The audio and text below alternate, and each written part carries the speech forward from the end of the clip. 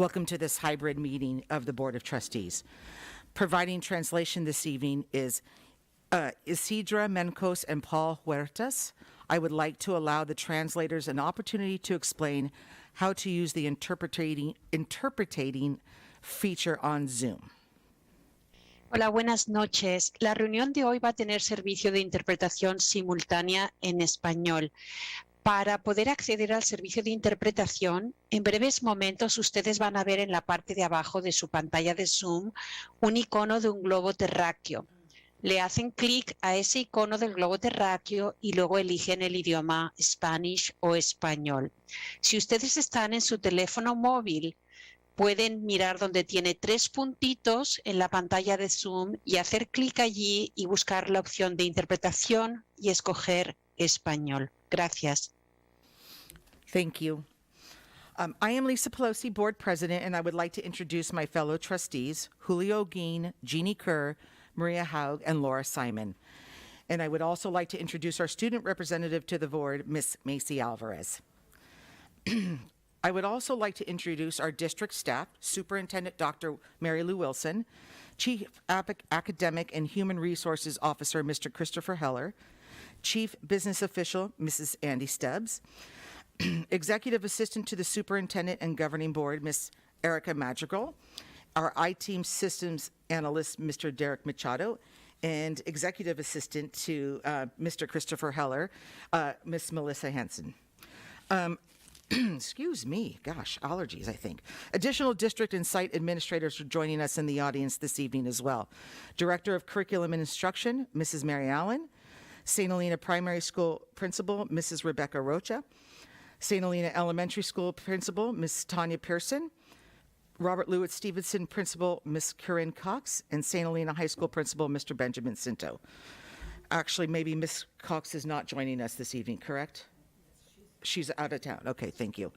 We are delighted that you are viewing in person, on Zoom, television channel 27, or our YouTube channel.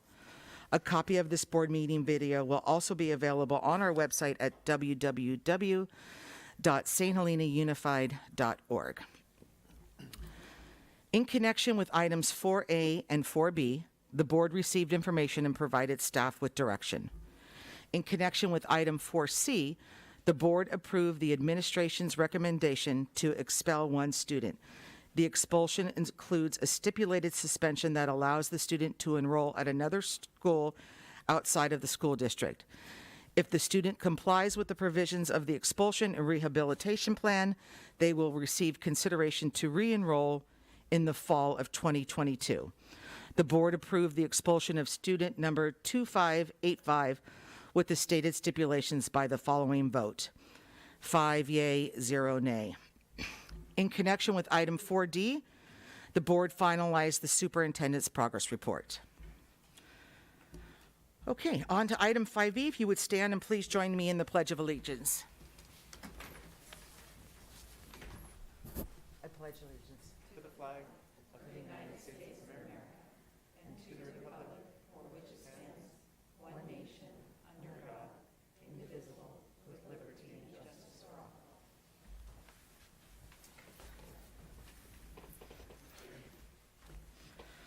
Okay, we're going to move on to item 6A, which is public comments on open session items. You will see on the screen, we'll put up as well the guidelines for doing public comment at a board meeting. At this time, members of the public are entitled to speak on matters not on the agenda.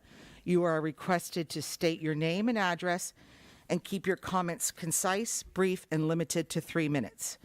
Members of the public are entitled to speak on any item on the agenda either immediately after the item is called by the board president or during the public hearing on the subject matter opened by the board president.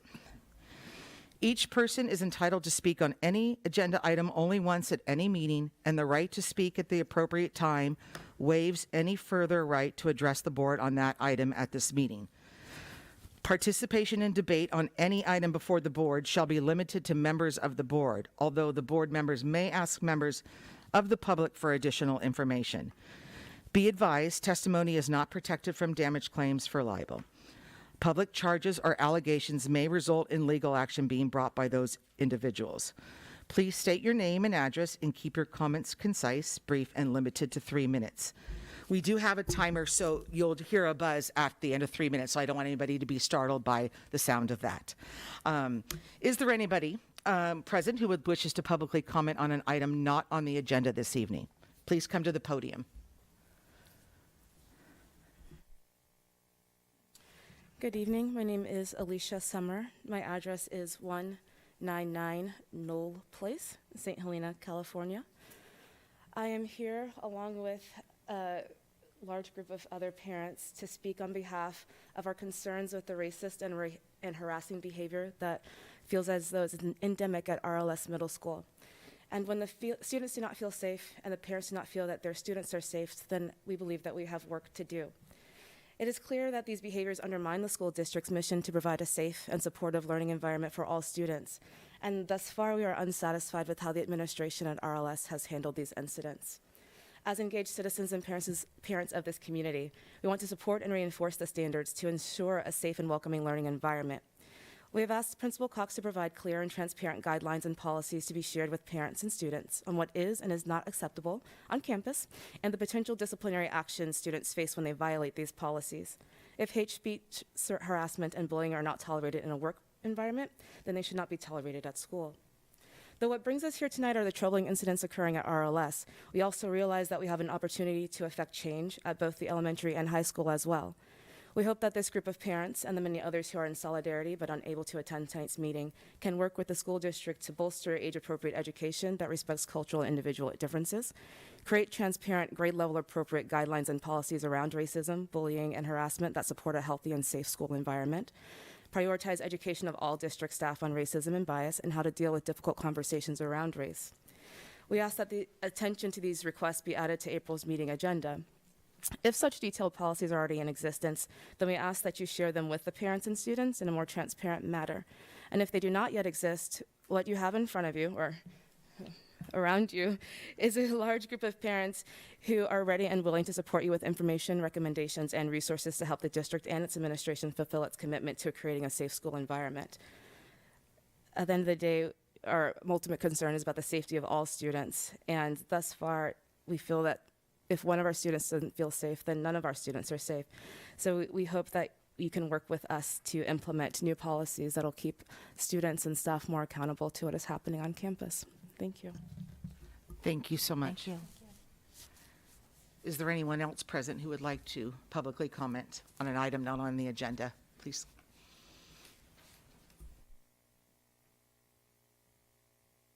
Hello, my name's Andy Brown. My address is 1174 Meadow Creek Circle here in St. Helena. I have 2 daughters.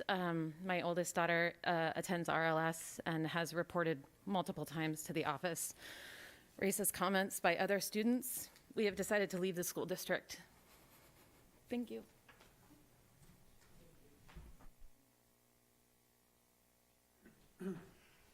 Is there anyone present who would also like to submit a public comment to an item not on the agenda? Ms. Madrigal, were there any written? Oh, please come ahead.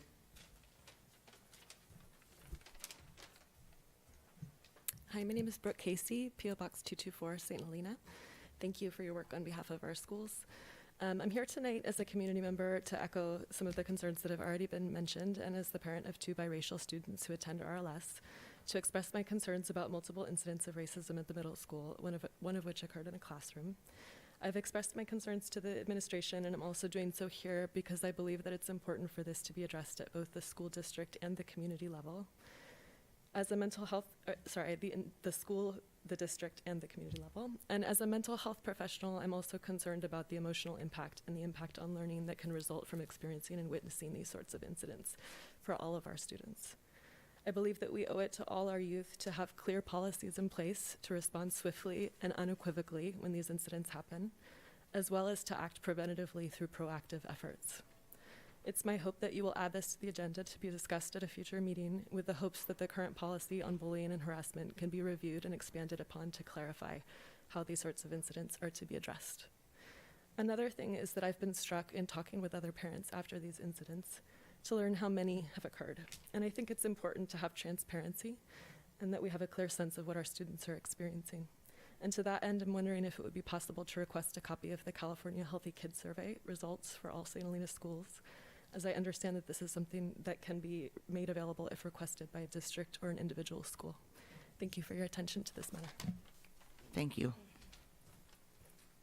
I believe I saw another hand back there. Was there somebody else who would like to submit public comment?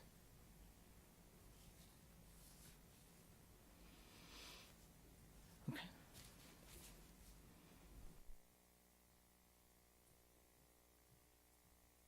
My name is Rachel Williams. I live at 1746 Madrona Avenue, St. Helena.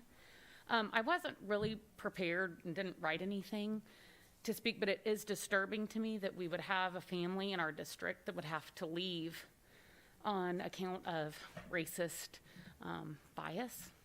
And as I've thought about this incident over the last week since I've become aware of it, you know, I kind of thought what would be a good contrast as far as like a solution. And we've spent the last 2 years indoctrinating our kids to wear these masks.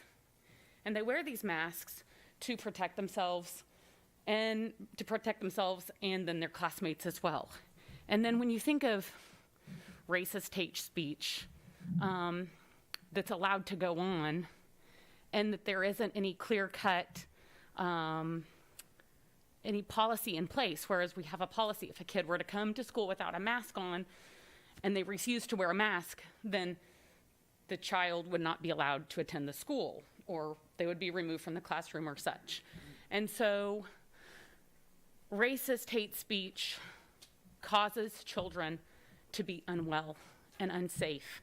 And so it would just be my hope that there would be a policy in place, or that a policy could be quickly developed that would give kids confidence that they could know that their well-being as a whole person was being considered, and that then other kids could see, like, oh, this is just completely not tolerated, top to bottom, and that there would be no question whatsoever, just like the masks.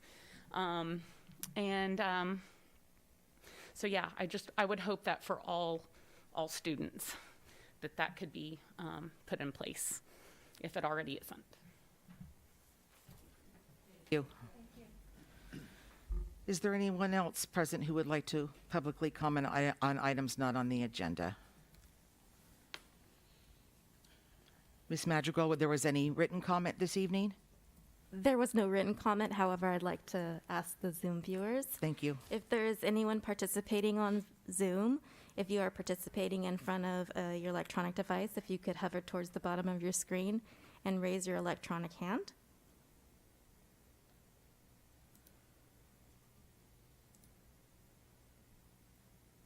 There's no public comment on Okay, Zoom. thank you so much.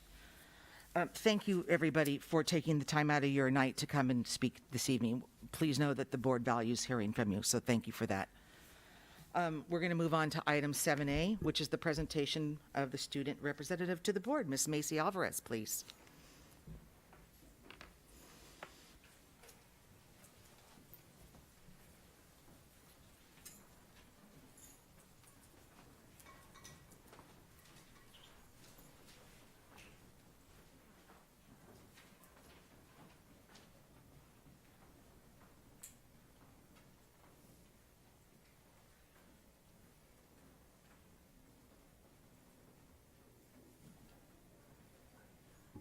Hello, everyone. This is my representative report from late February to early March.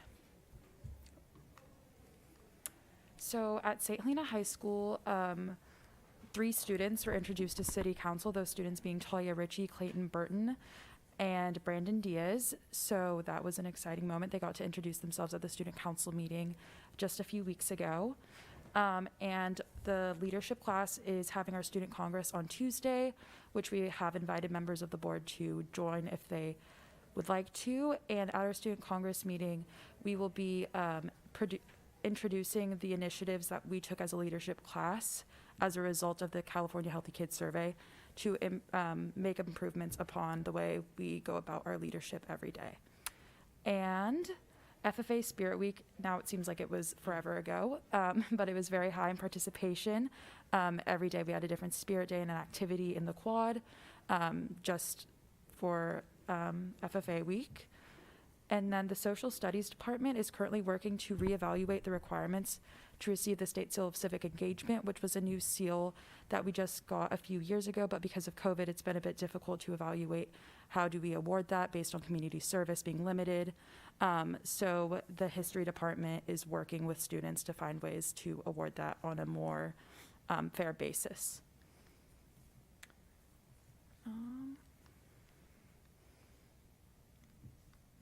Sorry. Let's see.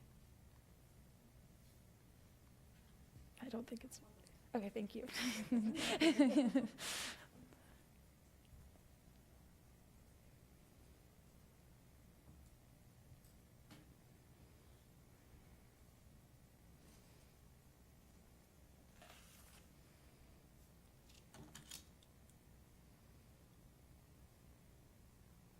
All right, and right here we have a project that we did for our leadership class. So Mr. Cinto is notorious for walking around and picking up bottle caps around campus because it seems to be a big issue. And as you can see, leadership worked to collect bottle caps without Mr. Cinto's knowledge. And we decided to present it to him in the form of a fleur-de-lis that was painted red with bottle caps. So that was his little Christmas gift from leadership this year. So that's working with the Green Initiative to try and make our school a cleaner and safer place by picking up our trash. So that has been a great highlight and a great way to display it and make it a piece of art. So at the RLS, a guest speaker came to Mrs. Marinese's history class, and he shared artifacts of Native Americans, more specifically Native Americans from Napa Valley, such as the Wapo. And he shared artifacts and types of storytelling tradition to help them create their projects that they are going to make into a museum exhibit for community members to experience in just, I don't know quite when. But so he brought in artifacts, which were going to help them think up of their exhibits and how they will display that for the community to enjoy. And on the far left, you can see some of the artifacts that were brought in, and on the right, we have the presentation. All right, so at the elementary school, I got the chance to visit 2 intervention classes, one being Miss Tucker's reading intervention.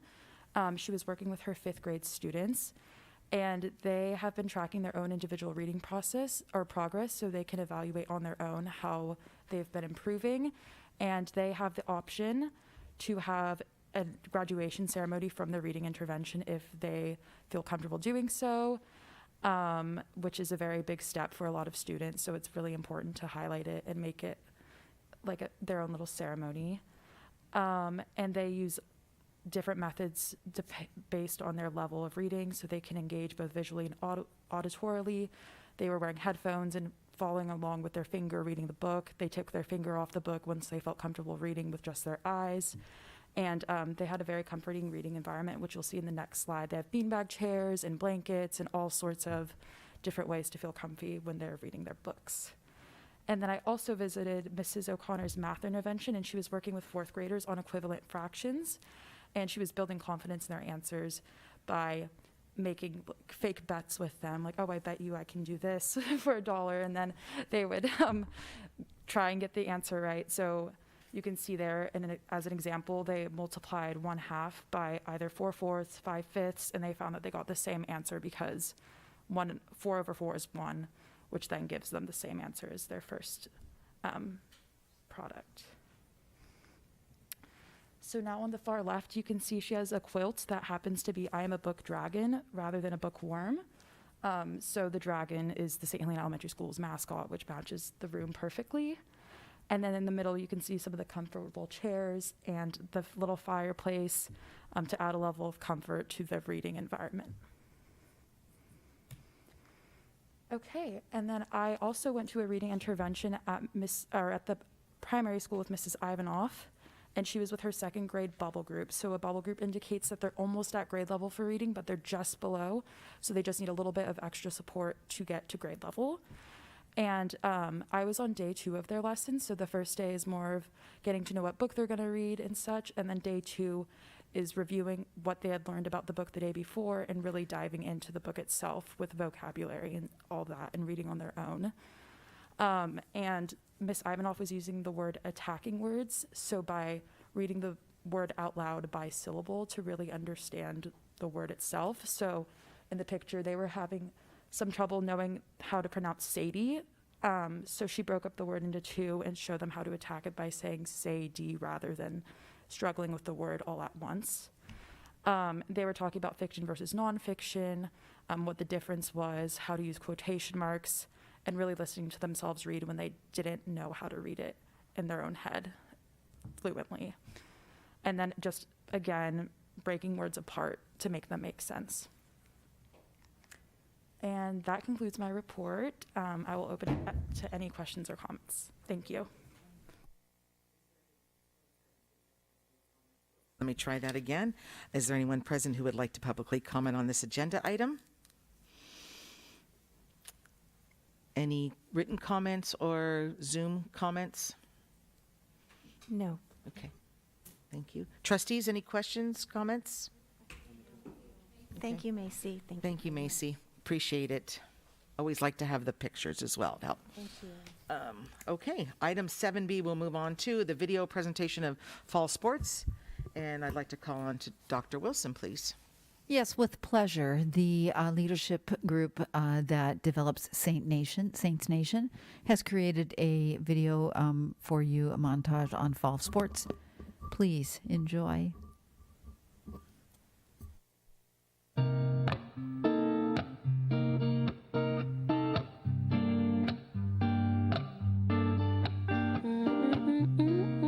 Hi, we are this year's athletic commissioners, and here are 2 members from the cross-country team.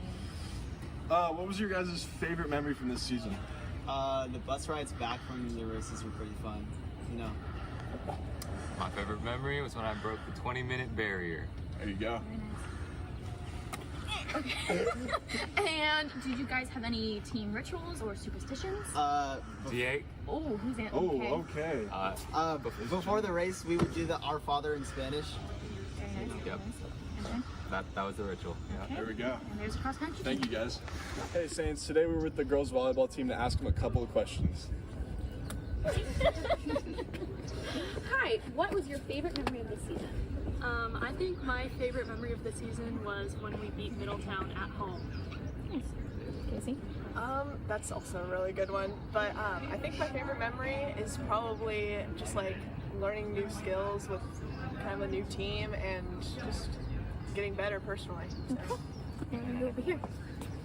And for you guys, what would you tell an incoming freshman or any other grade who's coming into the team? What would you like to tell them or help them with? About volleyball? Yes. Baseball.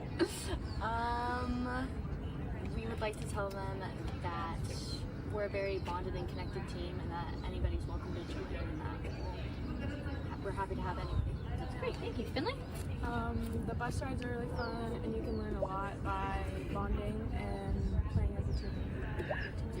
Very nice. Hi, we're here with members of the football team and we're going to ask them a few questions. Do you guys have any pre-game rituals? Yeah, we do. Before every game, we do this chant that Harry came up with. It's pretty cool. Kyle, could you give me a preview? Now we're here with 2 JV players to ask them a question. Who is the funniest person on your guys' team this year? Probably Sean, because he gets kicked out of practice. Who'd you say? Yeah, probably Sean. All right, thank you. Now we are here with members of the girls soccer team and we're going to ask them if they had any rituals for their game. So the one thing that we did in the beginning of our game that started when I was a freshman is someone would get down in the middle and then go, Dear Baby Jesus at hotmail.com. And then we'd all talk about things that we want to do in the game, do better, any goals, how to improve. Okay, so now we're with the varsity boys soccer team. I got one question. Who is the funniest on the team? So I'm gonna have to go with Fred Cutting on this one. I had to remind him maybe once or twice a game where he was in the field and what sport he was playing. But you know, he always fought through it and he got the job done. So I'm gonna have to give it to Fred. What about you? Yeah, I think I have to go with Fred too. Just because on the bus, that man did crazy stuff. You don't want to know. Okay. Hi, we are now here with two members of the cheerleading squad, and we're going to ask them a few questions. How was your guys' season with COVID? We had to rework a lot of the routines, like if one or two people were missing because of an illness. And there was a point where like half the cheer team was sick, and there was only like 4 people out there cheering. And what would you like to tell someone who will be joining your squad next season? Prepare to have practice every day and stick with your team even if you're getting kicked in the face a lot, because that does happen. And for away games, make sure to pack for cold weather and bring lots of food and water. And yeah. Go team. Perfect. Saints on 3. Now we have to redo it. Yeah, we're going to redo this one. Come on, Joe.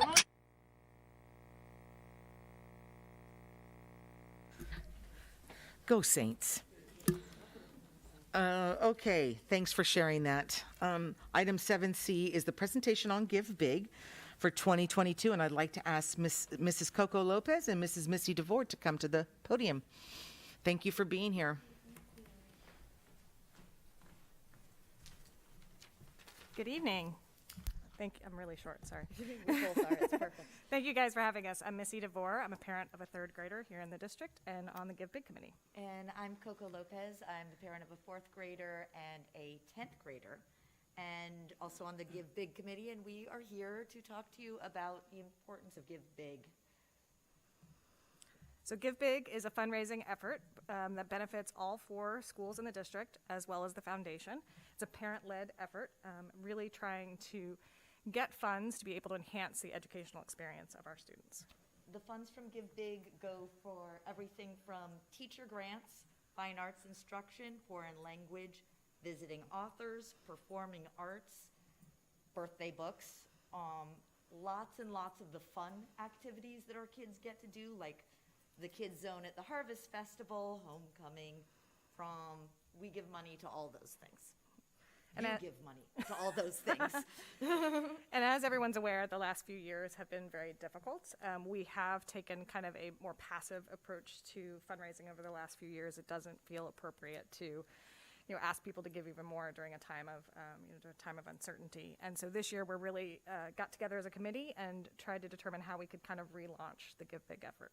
One of the things that we decided to do in order to help our community without pressing our community at a time when, between fires, COVID, everything, is that we decided that we'd try putting together an auction that featured the things that people really, really love and want from here in St. Helena and Napa, and market that auction to the rest of the world, the rest of the wine-loving world.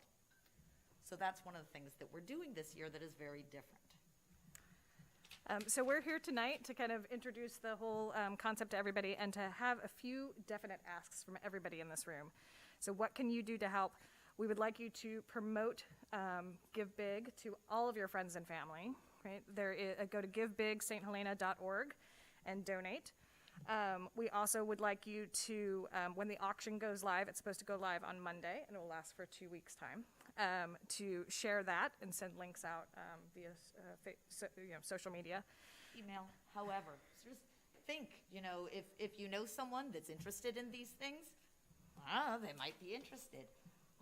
The third thing is, and this sounds very simple, but if you have a Facebook page, just go to the Give Big page, like it, share it. This is the month of March that we do all of the fundraising for the entire year for all 4 schools. It's this month. We don't want the auction to overshadow the cash giving that we really do need everyone. Obviously, we're completely speaking to the choir here because everyone here is very committed to supporting public education, I know, in every way they can. But we hope that you can find creative ways to get friends, family, colleagues also excited in public education. Great. And so donate now through March 24th, and thank you very much for your support. Yeah. Are there any questions? Or? Oh, yes, please. Trustees, any questions or anybody present that would like to publicly comment on this item? Ms. Madrigal, any comments? There are no comments online. Thank you so much. Thank you for your time. Thank you very much, and to the committee, because I, as a former committee member, I know it's a lot of work, and this is exciting about the auction. It is, yeah. this is the very first year. Yeah. I think we're all approaching it as, sort of stick our toe in the water, learning experience. But I'm hoping that, in my mind, this is a really important cause because the kids that we're supporting today really are the workforce, our neighbors, our doctors, our children's spouses, Right. We are literally growing our community with these children, and we can either choose to support them with absolutely everything we've got, or we can say, I'm sure they're fine. We can't do that. Thank you guys very much. Thank you very much Thank for you being very here. much. Appreciate it. Thank you. At this point, we're going to excuse Macy because she has a large paper due tomorrow, and she needs some time. So thank you, Macy, for being here. Thank you, Macy. Don't stay up too late. And good luck. Hope it all works out. Thank you for being here. Okay. We're going to move on to item 8A, and that is communications, and we're going to go over to board member reports, and I'm going to ask Trustee Kerr to take it from here. Great. Thank you very much. Thank you. I was able, good evening, everyone. Good evening. I was able to spend some time at RLS on Monday morning, and I visited the site with Dr. Wilson and Mrs. Cox. I requested that we visited the core classrooms. Corinne greeted us with some wonderful news. There are 3 English language learners that have recently been reclassified. This has been in the last week or so that they've done this. There's now been a total of, it's like 12 students have been reclassified so far this year. So that's great news. A huge congratulations to these students, because we know it's a huge accomplishment for them and their families for sure. I also took a picture of a saying. I'll wait till it comes out. So I took a picture of a saying that was on one of the teachers' doors. Be the change you wish to see in the world. This quote by Gandhi means that the world cannot change on its own. It takes a collective effort. Be an example by changing yourself first and inspire others to do the same. And to me, it seems very relevant in today's world and where we're at. While I was there, we visited quite many classrooms, and there are several that I just wanted to talk about here. We went into Mr. Mills' 6th grade history class, where the students were beginning their topic on ancient Greece and learning about the Scythian civilization. Prior to this topic, the students were learning about the Persian Empire. Ms. Schreer's 6th grade math, the students were working in pairs, learning about multiplying and dividing decimals. There was a guest teacher there helping answer students' questions and facilitating discussions. Mr. Pham's 6th grade science, they were discussing ocean currents in the China Sea and how the energy of the ocean changes the weather. Mr. McLean, hello, Mr. McLean, nice to see you. 8th grade science class, they were discussing radioactive decay. With this, he's demonstrating radioactive decay by using pennies. And there's a little bit of a blurb on that there. In Mr. Sasser's 8th grade history class, the students were learning about the 100 Years' War. The students were sharing their thoughts on what a hero was. This was a precursor to the introduction of Joan of Arc. In my visit to the classroom, I noticed the students were engaged and actively listening and learning. I noticed that there was grouping and pairs of students sitting and working together, similar to before the pandemic. It was great to see that the classroom environment is becoming closer to what that looked like pre-COVID. I want to thank the entire team at RLS for everything that you do for our students. We very much are all very appreciative of all of our educators and everyone in our district. So thank you very much, and that concludes my report for this evening. Thank you very much, Great. Jeannie. I appreciate it. Okay, let's see here. Okay, we'll go on to item 8B. This is the subcommittee reports, and we have 2. We have equity and inclusion that was held on February 22nd. So trustees Olguin and Simon. I think we're going to split the presentation or the committee report. I was going to report on first off, the meeting was very well attended by parents and staff. Let's see, one of the first items that we had was Mary Ellen updated the group on request training options. So this is at the next meeting, we're going to have Jill Barnes come talk to the group. She works with the Napa County Office of Education, and she does a lot of work with the districts around equity and social emotional learning.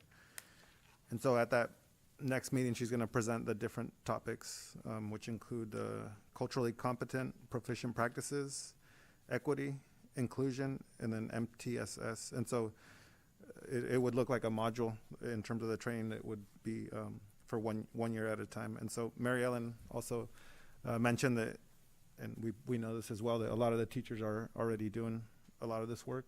And so really the idea with this is to just continue to improve the process, and it would help us kind of get an inventory to see where we're at and see where the areas that we can improve on. And so that's going to benefit our district. So that's something that will happen at the next meeting where we'll have Jill present. And then I think Trustee Simon was going to. Yeah, sure. And at the RLS, Mr. Mills, a sixth grade history teacher, is teaching an elective about empowering students and challenging bias. And this takes place in one trimester for the sixth graders. And the elective includes lessons on identity, defining bias, and thinking about students' own biases, how unconscious biases can lead to stereotypes. And Mr. Mills and the students discuss different scenarios to make bias real for the students. The RLS chose to create an elective about this important topic instead of an assembly to reach more students and to go deeper into the topic. And the curriculum that they're using serves 6th through 8th graders, so they take a portion of that curriculum just to reach what's appropriate for the 6th graders. So right now it's an elective just with 6th graders. In the future, I'd love to see this elective at every grade level. And then also, the Equity Committee is allocated a small budget for schools, about $4,000. So that money is going to go towards library materials to foster diversity and for guest speakers. Yeah. Can you tell one more time, what was the name of that course that Mr. Mills is teaching? Sorry. Yeah, the name, I believe, please correct me if I'm wrong, I think it's Empowering Students and Challenging Bias. Bias in Society. Bias in Society. Okay. Thank you so much. Any questions? All right, we'll go on to the next subcommittee, and that is Wellness and School Climate. So Trustees Kerr and Olguin. Sure. So same thing. We're going to report. Both of us will report out. Again, this meeting was on March 1st. Meeting was very well attended. Let's see. We had Officer Brown reported to the group. She was highlighting a lot of the work that she's doing as a resource officer. She's currently working with fifth graders for the DARE program, which again, DARE is a drug abuse resistance education program. So she's working on that. And then she talked about the parent nights that she's hosted in partnership with other organizations. So they've done, I think she said they did 3 of them. One was on tobacco, one was on drug use, one was on mental health, and they partnered with like Aldea, and I believe it was Mentis, she said.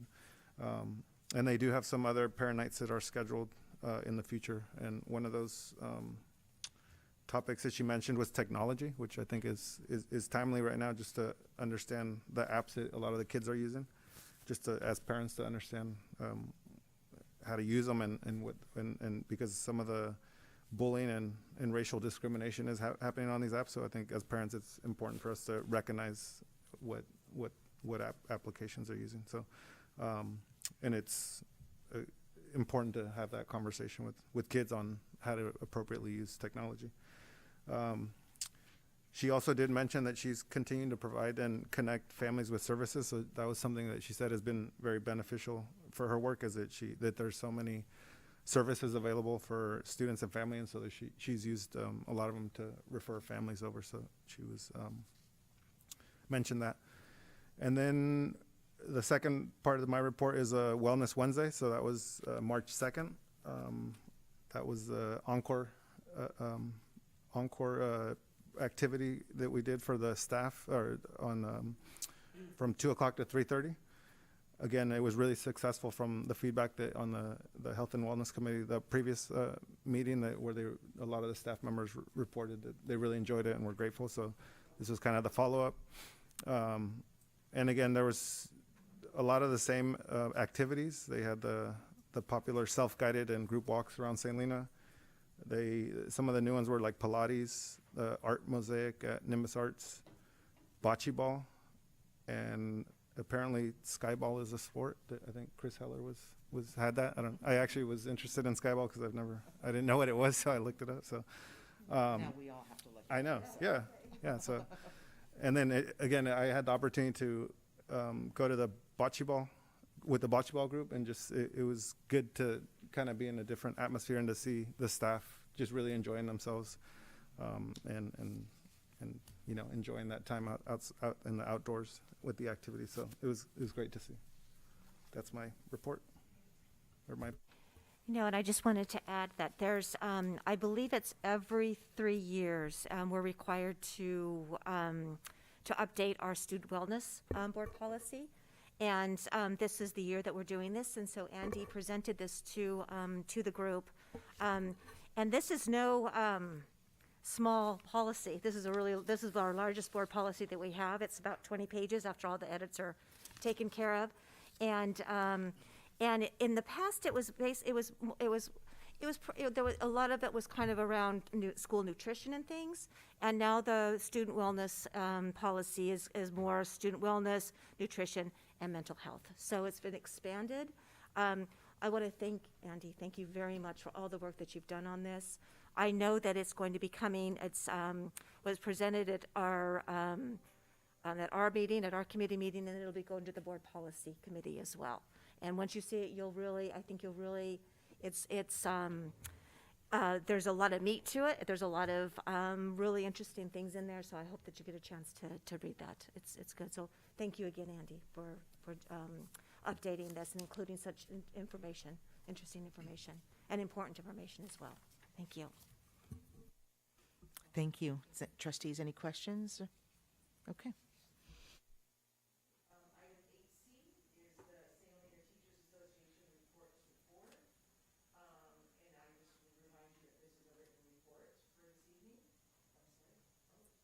No, I'm sorry. I'm failing on my microphone tonight. I always think I'm loud enough, but okay. I'm sorry. I'll repeat that again. Item 8C, St. Helena Teachers Association report to the board, and that is a written report this evening for us. Item 8D is the California School Employees Association report to the board, and this is also a written report. Dr. Wilson, were you going to say something? Oh, no? Okay. Okay. Okay. And now, item 8E, and this will be the superintendent's report. Dr. Wilson. Thank you, President Pelosi. We are celebrating our classified employees currently with nominations for Classified Employee of the Year. There are a number of categories within the classified job descriptions, and it is online, and any community member, student, employee can nominate one of our classified employees for extraordinary work and commitment to our district. It's a very exciting time. We will identify one employee for up to each of those 9 categories that are posted on the screen right now. And those nominees will be forwarded to the county competition, and the county will announce winners for each of those 9 categories, and those winners will then compete at the state level. So it's very similar to the Teacher of the Year, although there's lots of different job descriptions, and so we celebrate more than one category. So if you're interested, please take a moment to go online and nominate one of our unclassified employees or a number of them. The nomination window does close on Monday. Kindergarten registration is happening right now, transitional K and kinder registration at our primary school. And I asked Principal Rocha to say just a few words about her registration process and the registration fair that is coming up. And I'm guessing she's at the microphone. Yes, I was getting funny looks. Why was I standing here while you were talking about something else? I'm following directions.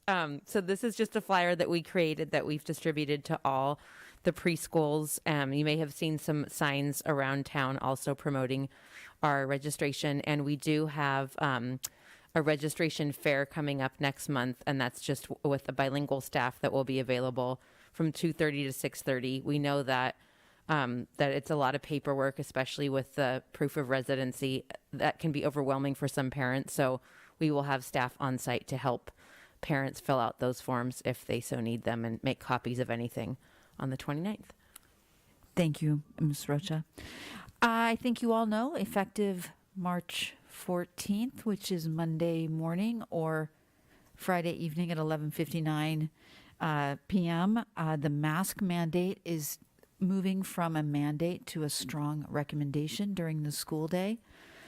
So as much as the recommendation does continue that masks be worn when students and employees are indoors, it is no longer a requirement. And so students and teachers will not be required. It's their option. We will continue to offer masks for all of our employees and our students if they would like to use them. We will continue to offer the after-school testing on Monday and Thursday, Monday at RLS and Thursday at the primary school.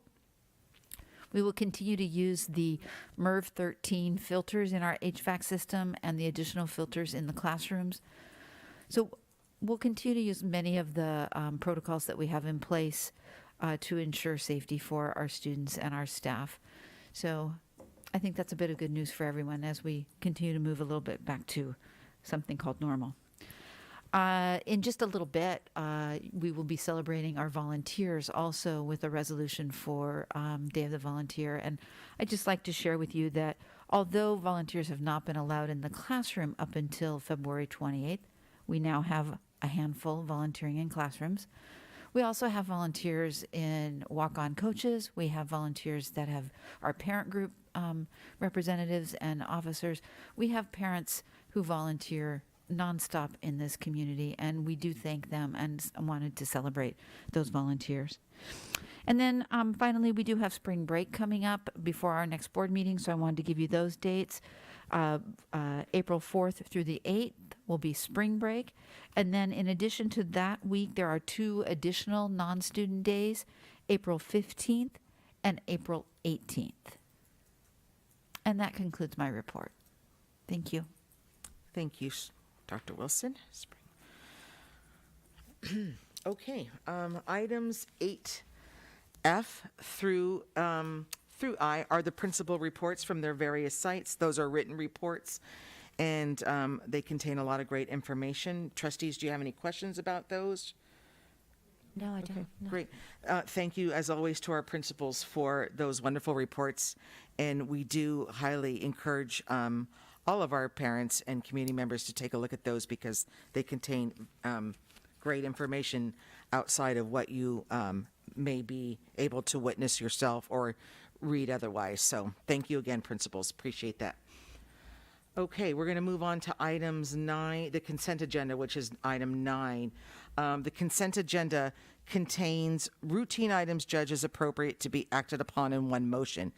If a board member requests that an item be removed from the consent agenda, the item will be considered under discussion/action items. Is there anyone present who wishes to comment on this agenda item?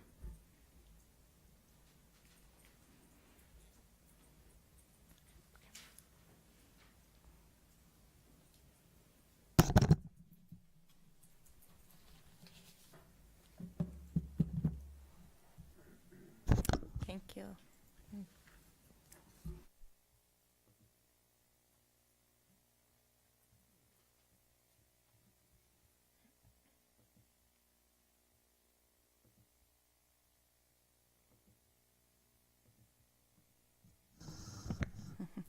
Thank you. I'm Tanya Pearson, principal of the elementary school, also a community member at 1636 Scott Street here in St. Helena.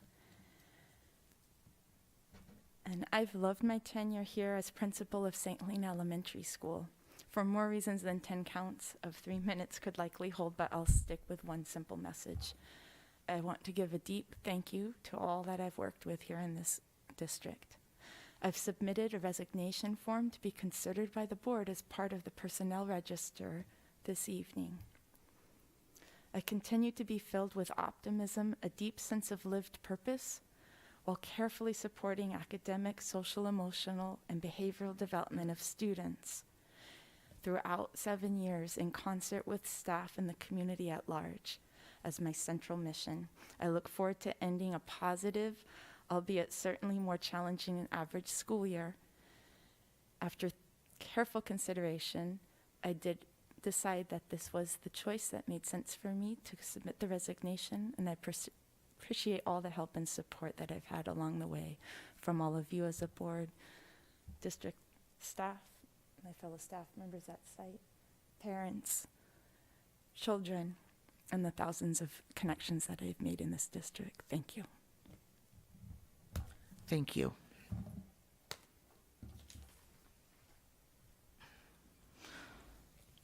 Were there any written comments submitted by members of the public? There were no written comments submitted. However, I do have some Zoom viewers on that are joining us. So if there are any Zoom viewers who care to comment on this item, please hover towards the bottom of your screen and raise your virtual hand.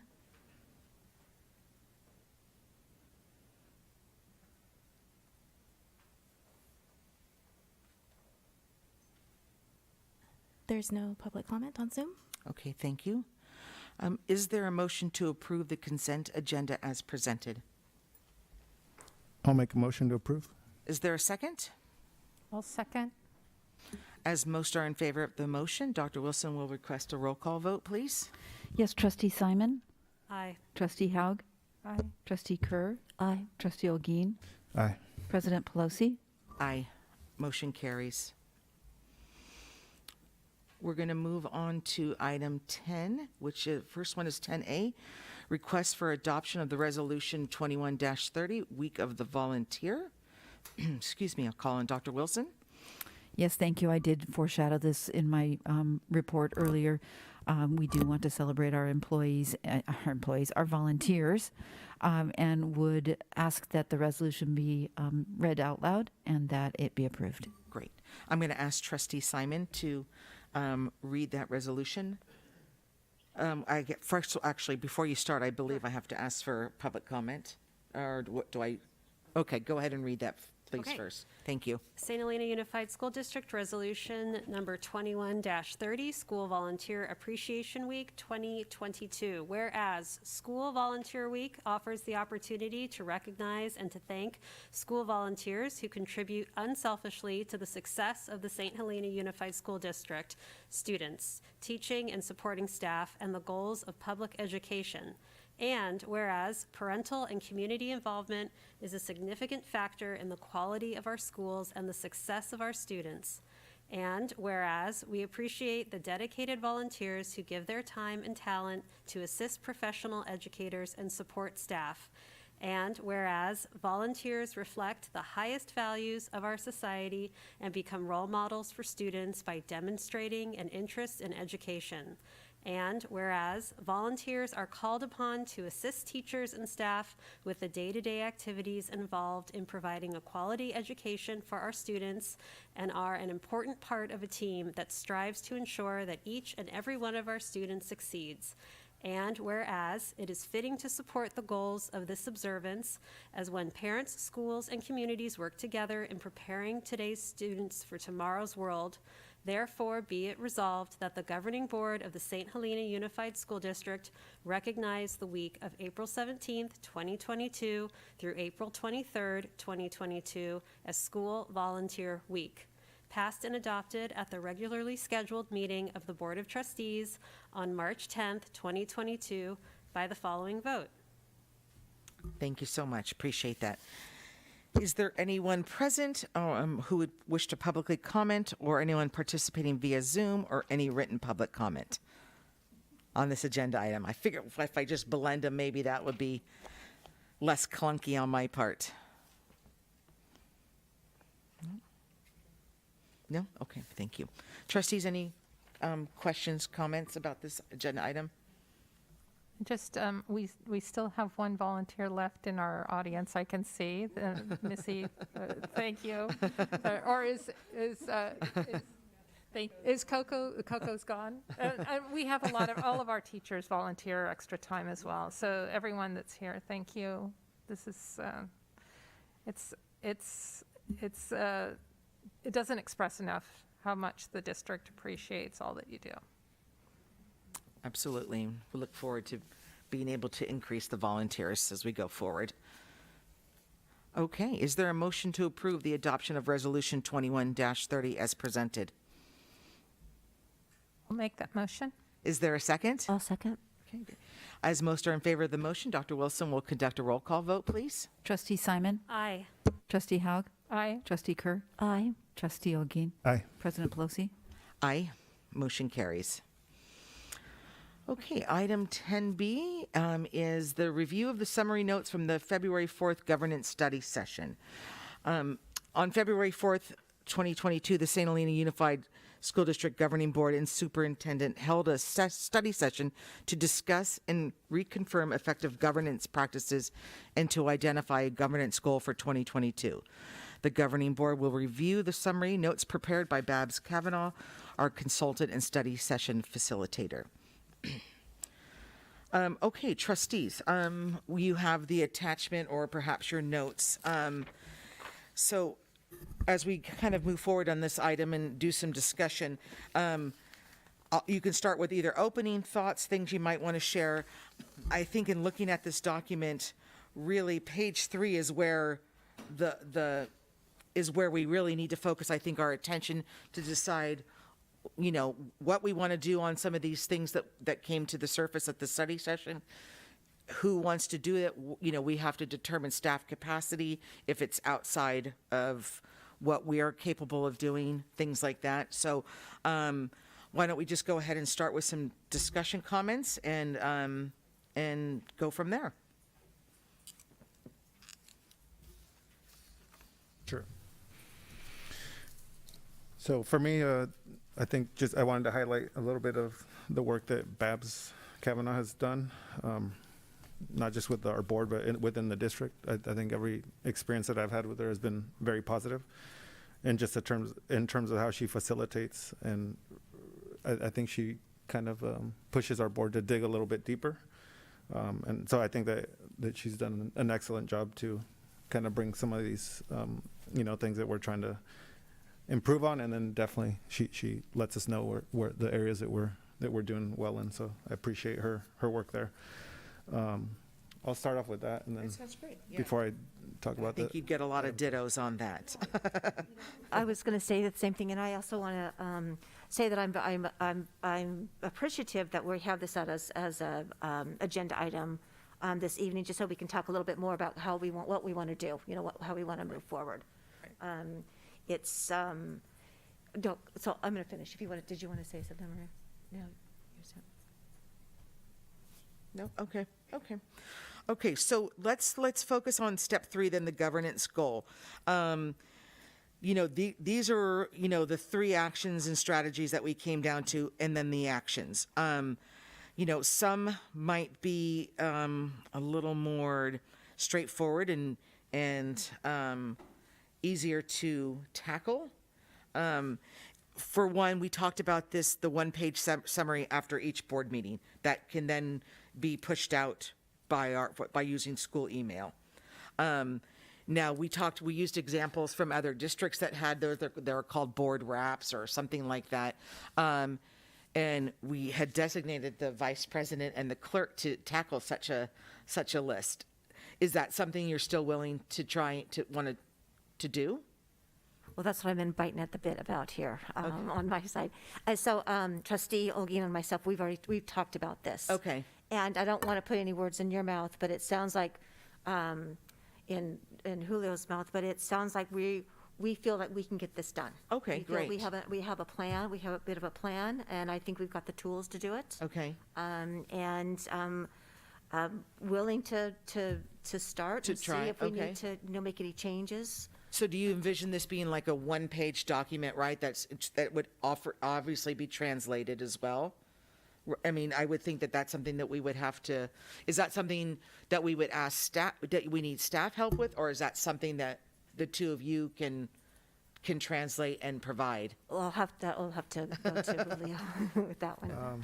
I mean, I can take a stab at it. and- Okay. Yeah, I mean, I do some translating, but it's not. Okay. I'm embarrassed to say I took French instead of Spanish. but- Okay. But You were- I can, you but were I- broadening yeah, your yeah, horizons, Exactly. So, but yeah, I can do it, and then maybe someone can review it.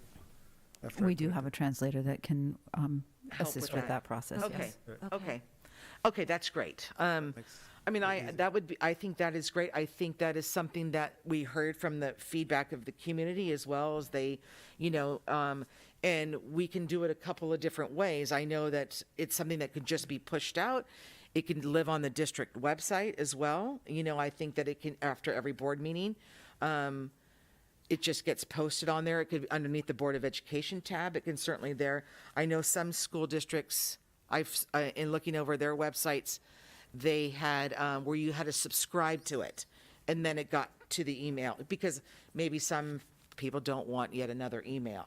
So there's some logistics about that that maybe we might need to flesh out with staff capacity of, is it going to be easier to just push or a subscription kind of thing? Any thoughts on that? Ms. Madrigal, can you speak to when we first started with the district, there was a process where people would sign up for an email. Do you recall how that worked and if it was effective? Yes, we can. There was an existing subscription list, if you will. Now there is the capability through our current website, Blackboard, to solicit like a subscription. So if you would like to hear, you just sign up here. It's an opt-in instead of an opt-out feature, which we like to avoid. And so then that creates a distribution list, and then we're able to go ahead and share things that way. Okay. So either option is on the table for you, pushed out to everyone via an email and posted on the district website. Julio and Jeannie, you would submit the completed document to myself and Ms. Madrigal, and our office would take care of the next step. You just need to tell us which Right. of those two next steps you would like it to be. Exactly. So in my thinking, why I would love for it to be pushed out for everybody, I worry that some of the feedback we got is I don't want another email. So maybe we allow people to opt in. But I don't have a feeling about it one way or another. I'm just thinking off the top of my head. So, but let's try and see if we can get some clarity around it. Laura, you have something? Yeah, I was thinking when I'm looking down at developing a frequently asked question page. Yeah.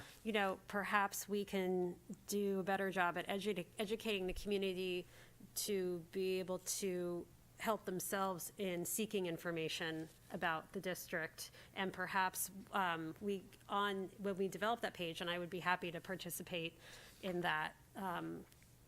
What we can do is with the new page summary, one of the facts can be explaining that we are now Okay. going to have this page. This is where our stakeholders can find it. Okay. Rather than pushing it, you're thinking they go and find it. Well, we can talk, I don't know. Okay. I mean, maybe we can push it out for a few months and then explain if you Right. would like to, we could tell them where they can find it in the future. Yeah, it would be nice I if, don't, I'm not yeah. sure. Yeah, I wonder if it can live on each school site website homepage. Can it live on the homepage of each school site? Yes, it can. Okay. And I'm just curious, President Pelosi, I'm thinking about the details of how all of this might work. I'm wondering if maybe you and one other board member might want to work with Erica and I in a subcommittee. Sure, I'd be happy to do that. finalize the, Yeah. the details. Okay, that would be great.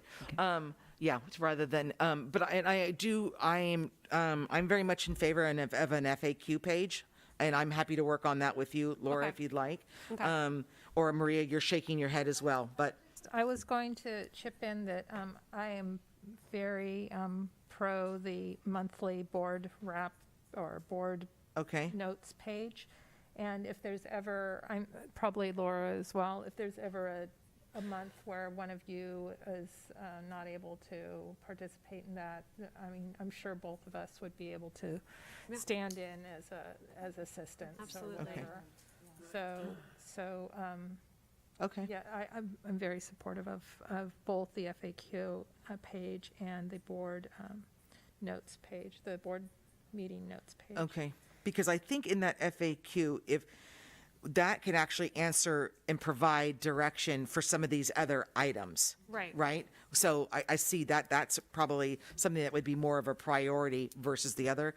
I do think some feedback that we heard as well was having, like in the school site, when the principals send out their monthly letters, even if it was just at the top, like regular board meeting of the governing board is held on, March 10th, blah, blah, blah, 6 p.m. That's, I think, another, because I do firmly believe that parents are reading the communication that comes from the principals. So is that something we can ask of our principals to add on to their, literally like a one line? Yes. Okay, that would be great. And then I think, And then if the RLS could provide it in their daily bulletin, I think Okay. that's what parents read the most from the RLS is a daily the bulletin. Okay. Yeah. So I think then maybe Dr. Wilson, we will flesh out these detailed bullet points when Trustee Simon and I meet with you and Ms. Madrigal, if that sounds acceptable. I think that's perfect. Okay, rather than trying to flesh them all out here. Exactly. Okay. I'm wondering, I just was, after hearing everyone talk, the board information in the new parent orientation manual, maybe it's not a whole nother, don't reinvent the wheel. Maybe we should have the FAQ page Exactly. in that new parent orientation. Yeah. Yeah, that's what I was thinking too, that FAQ could solve some confusion and provide clarification. So is everyone comfortable with that? Or what we've just accomplished for right now? And then you and I will take it the next step with the meeting with Dr. Wilson, Ms. Yeah. Madrigal, to do the details. Thank you for agreeing to do that one-page wrap. I'm expecting a really catchy name for the newsletter. Oh, it's already taken care of. Oh, right, great. Okay, that's great. It's not. One question, President Pelosi. Yes. Are you expecting the first wrap to be from this meeting, or do you want to give us a little bit more time to finalize the details? Trustees who are writing, what would you like to do? I'd say give it more time to One more. finalize the details, So yeah. We'll before plan we- on to do it right after the April board meeting. Okay. Think trustees, any other comments or questions at this point? Okay. Is there anyone participating via Zoom? I guess I should have asked that first. Zoom, or is present, or a written public comment on this agenda item? No. Okay. Thank you. Okay. Excuse me. Items 10C is the governance handbook issue. It's approval of the revised St. Helena Unified School District Governance Handbook. I'm going to ask Dr. Wilson. Yes, at that same study session on February 4th, the governing board reviewed your handbook and did make a few changes. They are listed in the background. We added the Principles for Governance and Leaders document. We confirmed that the role of the vice president is embedded in the board bylaw about the president, which in the event that the president is not available, the vice president assumes all presidential duties. We added the governance mindset progression module 2 document. We revised the district priorities, and we updated the handbook cover. I believe that includes all of the changes that you requested, and at this time, upon your review, I would recommend approval. Thank you. Is there any public comment via Zoom, written, or anyone present? No? Okay. Do the trustees have any questions about this agenda item? No? Okay. No, I don't have any questions, but excuse me just for one moment, because I have the last year's, the February 18th, 2021, and it has the orientation for potential candidates in 2020, so we probably should just update for the 2022. Okay. 2022 election coming up. And it looks like it's just change of dates and things. Oh, got it. Okay. That I believe that document also lives on the district website, Ms. Okay. Madrigal. Yeah. I thought so. Yeah. Okay. Perfect. Okay, thank you, Jeannie, for mentioning that. Of course. Is there a motion to approve the revised St. Helena Unified School District Governance Handbook as presented? I'll make that motion. Is there a second? I'll second. As most are in favor of the motion, Dr. Wilson will conduct a roll call vote. Trustee Simon? Aye. Trustee Haug? Aye. Trustee Kerr? Aye. Trustee Olguin? Aye. President Pelosi? Aye, motion carried. Okay, we're going to move on to item 11A, the 2021-22 Local Control Accountability Plan Update, St. Helena High School Data Trends. Mr. Ben Cinto. Okay.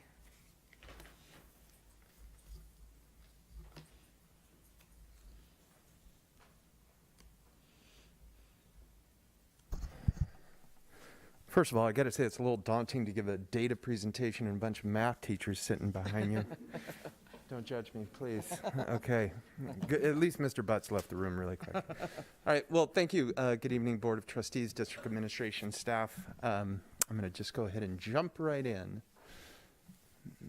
We're having clicker fatigue tonight. Huh?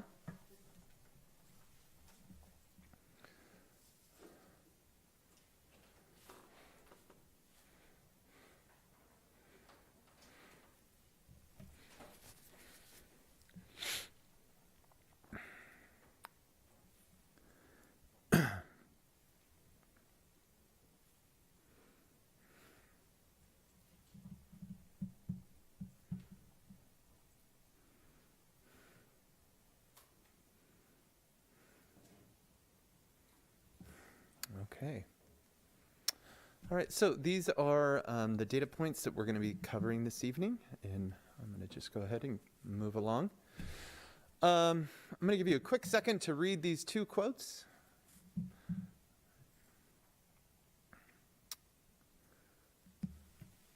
So normally I have an aversion to quotes, only because if it's important enough to go find a quote, you should probably just figure out a way to say it yourself. But I thought these were pretty important, given that we as an institution talk about data all the time. And the key word for me was the word insight, because that talks about using data to move forward. We know data is not monolithic, it's not absolute, right? We use data to construct information and make better plans moving forward, not to look back. So, and that's a lot of what we do on the daily as a school and as a district. So anyway, just want to make that point. So these are demographic. This is our last 4 years of our demographic data. And again, I want to have you bear with me. Against the traditional right to left or left to right, I went left to right. So what you see currently, and again, I know this is very small, is our most current data is on the left in orange, and 4 years ago is on the right. So this shows the changing context, the changing inputs that are obviously going to have an impact on our outcomes that you'll see shortly. Again, of particular note is, our changing EL population, right? So in the course of 4 years, we have more than 2 times, 2.4 to be exact, math teachers, 2.4 times doubled our EL population. And again, you have finite opportunities to have an impact on that. And so now 2 years running, at the high school in particular, we now have 2 EL classes. Historically, I can't think of the last time we had 2 EL classes. So that's something we, when you think about allocating sections, that's a big commitment there. And it works great. You have 2 teachers working with 2 leveled groups of students. We do it at the same time as AVID, so we do some student mentorship where AVID kids run tutorials for EL students. It's a really, really beautiful and complex thing. So anyway, that's us looking at our data and making changes when we can to better serve our student population.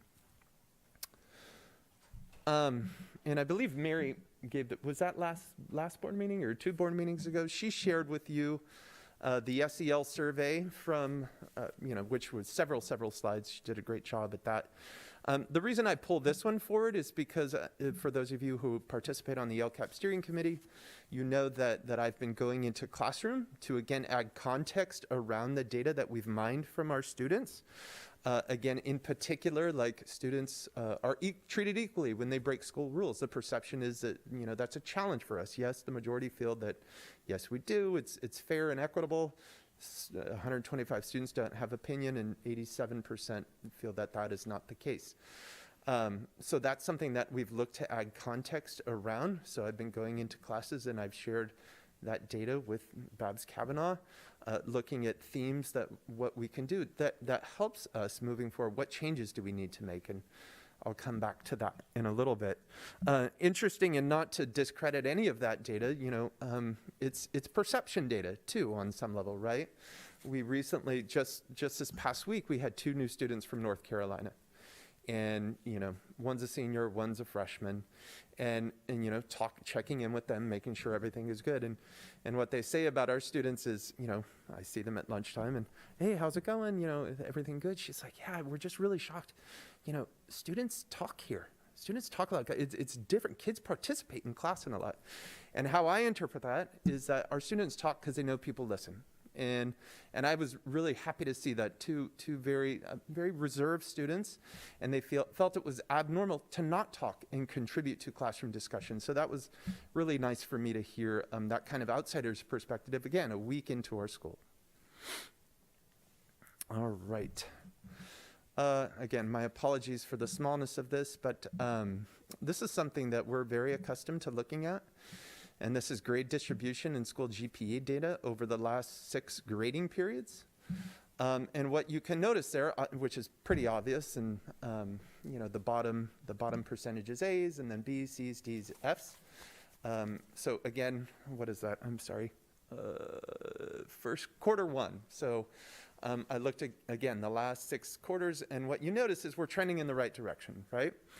And that's really, really good news, especially in the face of challenging attendance data, SEL data that indicated there's a growing lack of academic motivation, not to mention renewed demands, right? Every day last year was a minimum day, and now we've come back to school full time, everything's going at warp speed. So to me, what that tells me is, like, 1, our students are really persistent. I know, as you know, running department chair meetings, that our teachers have a great deal of empathy for our students.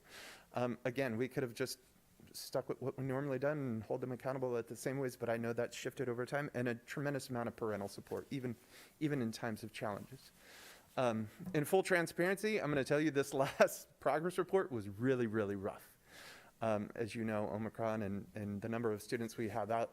But again, I pulled existing gradebook data on March 1st, and we had more than a 5% improvement in terms of our students with challenging grades. So again, we're heading in the right direction. What matters most is obviously semester grades. But again, I know our staff is aware, I know our students are aware, and we're doing something about it, which is really, really nice. And that's what you want. The next 5 slides, again, really kind of into the weeds on this, but this is our fall and then winter map data for 9th and 10th grade. And I'm going to go ahead and jump to the next slide because this is 9th grade English Language Arts. So there's my little nugget right there. So from fall to winter, we see a positive change, right? We're looking at the number of students who are in the average and below band. Same thing, a little less movement in 10th grade, modest growth, but again, trending in the right direction as we move closer to the CASP. Now, this is where I think my math teachers will be really, really proud of me. These same reports that you just saw in English Language Arts do not exist for mathematics, which I picked up the phone and called NWA, and I'm like, how come I can't find the same reports? I'm pretty good at mining things, but they have no normative data for integrated math series. So you cannot get the same breakdown of student percentages and how they compare nationally and locally and all those kind of things. So I had to recreate this by myself. So basically what I did is I took their percentiles, which you see down there at the bottom, or I'm sorry, in the chart, that kind of top row there, I took their percentiles, and I took every single 9th, 10th, and 11th graders' MAP score, and I calculated where they would fall based on the range that existed within our school. So basically, it's a student layout only compared against ourselves, which is still useful. I mean, again, the best use for MAP data is that individual student growth over time. I've also provided a kind of breakdown of the math composition, who is taking those tests. So again, a bulk of our freshmen in integrated math 1, some in integrated math 2, and then so on and so forth. You see that breakdown over there. Again, those are the changing inputs that have an impact on the outcomes, and that's kind of the theme of this presentation. But again, on the whole, it makes it a challenge when our system used to, compare ourselves. We don't have that readily available. Okay, CASP. So this is actually a 4-year span because in 1920 we did not administer the CASP, and even though we didn't need to do it last year, we did it anyway. We wanted to see how our students fared. So again, that's a 4-year span, and it's probably better if we talk about student numbers versus percentages because we're so small, and even with declining enrollment, every student over time with declining enrollment in smaller cohorts of students represents a larger percentage. So sometimes you could be talking about a handful of kids. Again, you'll see below our CASP results on the right over the last 4 years, but 3 test-taking years, is the breakdown of where those students are taking their math class. And why is that important? That's just strictly 11th graders. So that's important because at the high school, we know very well that in order to get met or exceeds on the CASP, you have to be in integrated math 3 getting a B or better. When we've broken that down to the letter, if you were to see and below, you did not get that met or exceeds. And why is that important? It's because of student matriculation over time, feeder school recipients and those population changing. And the state has not changed the test to reflect a UC-CSU adopted pathway of integrated math 1 to statistics. So obviously those students, as you see right there in 2021, where it shows 6 students in statistics, those students will not get the full exposure of curriculum that is tested. So we can't expect them to achieve at the same rate if they haven't been exposed to the curriculum that they need to be successful on the test. Was that too fast? Sorry, I'm blazing through. Say again? Oh, okay. Sorry, my apologies. Also this, and you'll see in the next slide too, this follows other national trends that are occurring.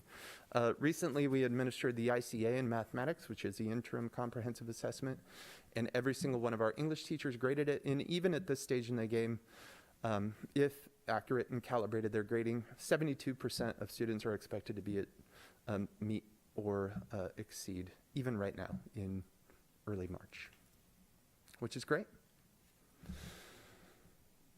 I'm not going to talk too much about this slide here, but this is PSAT, and I know this is one of our metrics in our LCAP, which will probably go away for various reasons. The CSU system, UC system is not using SAT, ACT. 67% of colleges and universities across the country. NCAA just dropped it as a sliding scale measurement to determine athletes who want to play at the D1, D2 level. Harvard, test optional. And I know there's no English teachers here, but I did cite my sources of where I retrieved that information. So, all right. And really quick, sorry. We still administer, as in the board approved, as you well know, we still administer the PSAT to every single 10th grader because we use that data internally to determine who might be best suited to take the SAT should they elect to go to a school that uses that as an evaluation metric. But the trend continues of people to drop that given the, inequity in terms of who has that level of preparation and all the things that you've done as a board to improve support for that. So when you think about, SAT, ACT prep, right, that we funded here, the books that you've funded, the, even, AP testing fees, you've all been a part of to assist that when we needed it, but now it's just really not necessary. Budget savings, Andy, sorry.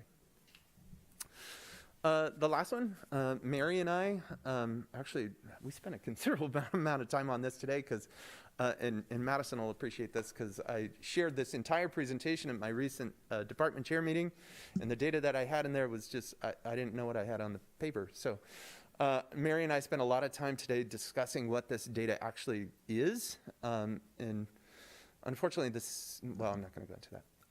So 4-year cohort data, so that's last year. And this is an incomplete metric as it currently exists because that 5-year cohort data that you see there includes the graduates from 1920 plus those that needed a 5th year, or if you remember, we had retroactive diplomas that the state said because of COVID, if a student was on track and all of a sudden fell off the face of the earth, you can go ahead and grant them a diploma given the various graduation requirements across the state of California. You saw that kind of grow into the whole AB 104 and the whole 130, and then you approved the alternate pathway, which is 180. All of those things help. Luckily, and it kind of added to my confusion, no student needed that, which is great, right? 1920, not a single student accessed those allowances that existed. What does that tell you? Our teachers got them through, the students persisted, a lot of parental support. So that 4-year cohort reflects last year, but it's an incomplete picture because we know a number of students did take advantage of the 5th year. And it also, just so you know, cohort reflects any student that started with us at 9th grade. And again, we've broken that data down further because we have students that show up in October and leave in November. And we don't know what, I mean, we know they register at another school, but believe it or not, those students are counted against us if they don't graduate, which is not great, right? Because when you're out of the belly of the, whatever, we don't have the ability to impact them one way or another. So we're looking forward to getting the 5-year cohort data from last year. It just doesn't exist yet. Unfortunately, that 5-year cohort data for the previous year exists on this year's database, which is what led me to a great deal of confusion. We good, Madison? We're good. Thank you. All right. I felt like an idiot the other day. Okay. So, like we said, what are we going to do with the data now that we have it? What are we going to use? How are we going to construct making sense of all that data, and what are we going to do with it? So what you're going to see a lot of here on is continue, communicate, share information. Again, I shared this data presentation with the department chairs who are talking about it within their departments, particularly grade distribution data. We also looked at other attendance data. Again, thanks for having Roxana here. We have our MTSS meetings that she's heavily involved in. I felt really bad for her. This is her first week back, but we prioritized her work upon her return. We were trying to be very generous, but and again, I think it's going to be very easy, particularly on Monday, to forget everything that has happened over the last 2 years. But we have to remember, we have to commit what just happened to our long-term memory, because I read a most unfortunate report the other day that this is the first generation where life expectancy is expected to go down because of everything that's transpired in the pandemic. So as much as, we're going to start next year and it's going to be all well and new, we've talked time and time again about 3rd grade reading and, college completion and 4th grade math and, gatekeeper course and all this, that, and the other. So it's going to be interesting to monitor this data over time to see how much learning loss really occurred and our ability to mitigate the impact to our students. So I look forward to seeing more. And thank you, Mr. Cinto. Thank you. Questions? Is there anyone participating via Zoom or anyone who is present, or is there any written public comment on this agenda item?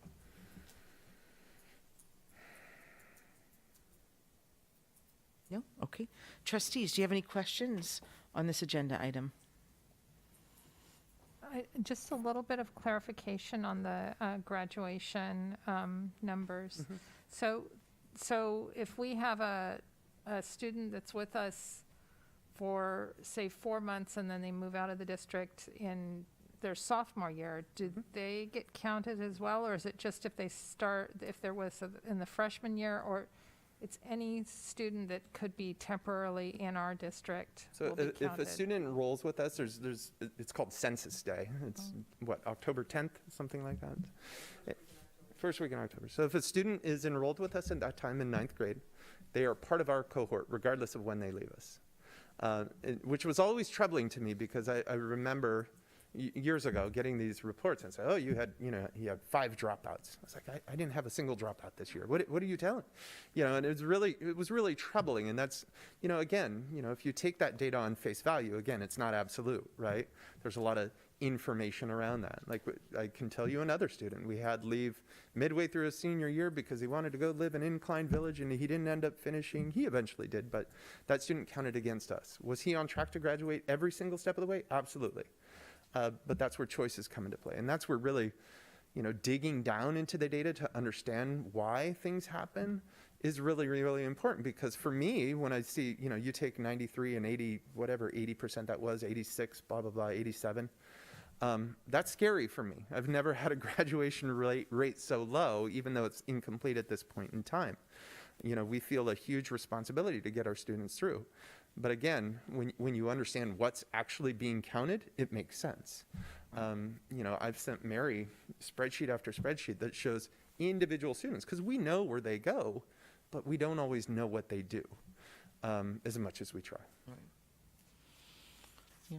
I mean, that's just really unfortunate classification is what it, because even in a non-COVID kind of situation, you had one student leave, that changes the percentage. And therefore, I think what's troubling maybe in your mind is that people may look at that and think, well, how in the heck is St. Helena have a 93%?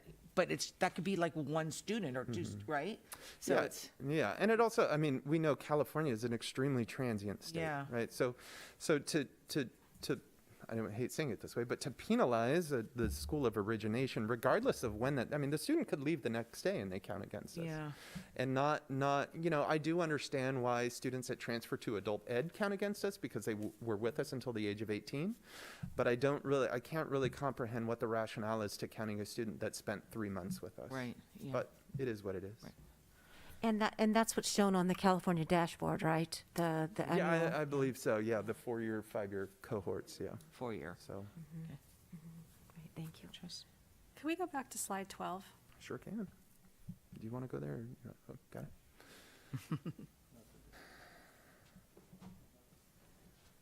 Yeah. Almost there. One more, I think. Okay, so if you could give me some clarification. I'm looking at 2017 and 2018 for ELA, and I see it at 92% for met and exceeded standard. Correct. Okay. And then I see for 2017, I see for math, I see exceeded or met standard at 43%. So I understand, okay, that's pre-COVID. And then we're looking at then we're looking at math 3 years late at 20 to 22 at 31%. And we see ELA at 82%. I know you went over it quickly, but can you explain to me why there's such a big discrepancy on meeting standard and exceeding between ELA versus math? Yeah, and I'm sorry if I went too quickly. So again, that's why I provided some of the content exposure data down below. So that's one impact. And again, I know not on this slide, but the PSAT data is a great indicator because math. Mr. Cinto, can you speak into the microphone? Yeah, sorry. Because math is just because of the linear nature of mathematics and prerequisite knowledge that's needed. And again, you think about our school year last year being cut in half. That's a lot of time, instructional time lost. So I would say those trends, that dip in mathematics and English language arts was probably pretty predictable. And again, drilling down that changing input in terms of what mathematics course are those students in, that's going to have a direct impact. So as we look at student matriculation and the fact that the CSU UC system says you don't need to be in integrated 3, that statistics does count as a viable third year math course, that's going to have a negative effect given the content that is tested in 11th grade.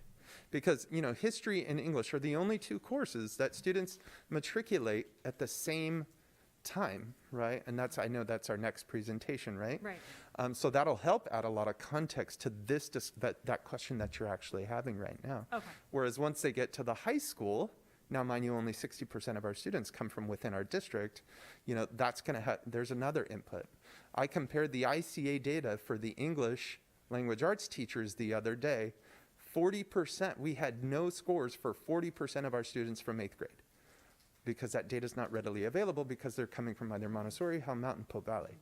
So that's a challenge for us in order to look at a true growth model that says, did you improve over time, or are we comparing different cohorts over time? Because these are different cohorts, right? These are different students with different inputs, different academic experiences, different academic time. That's going to have an impact moving forward. Yeah. Okay. Gotcha. Thank you. Last question. Yeah. So how do we promote these insights? Because it seems like, at the high school level, and we know, but it's like across the community. What do you think is a way to promote or to talk about this, about data and the We're insights? going to write our board wrap up right now. I mean, that's more than a one page. Right? Yeah, no, it's more than one page. We're going to say, go see Mr. Cinto. Yeah, good question. I mean, obviously, I've tried to pack a lot in here. I mean, again, it's the story we tell. Like, so the more people that are aware of these things, and again, I know our teachers are well adept. I mean, they're on the ground floor. They're in the weeds with this kind of information on a daily basis. They see it. They know it. So the more, and again, we just completed our WASC last year. And to be honest with you, these are not the concerns of our parent community at this point in time either. That was very clear to me, that they're looking more to the character and the other types of experiences. And yes, testing data is important.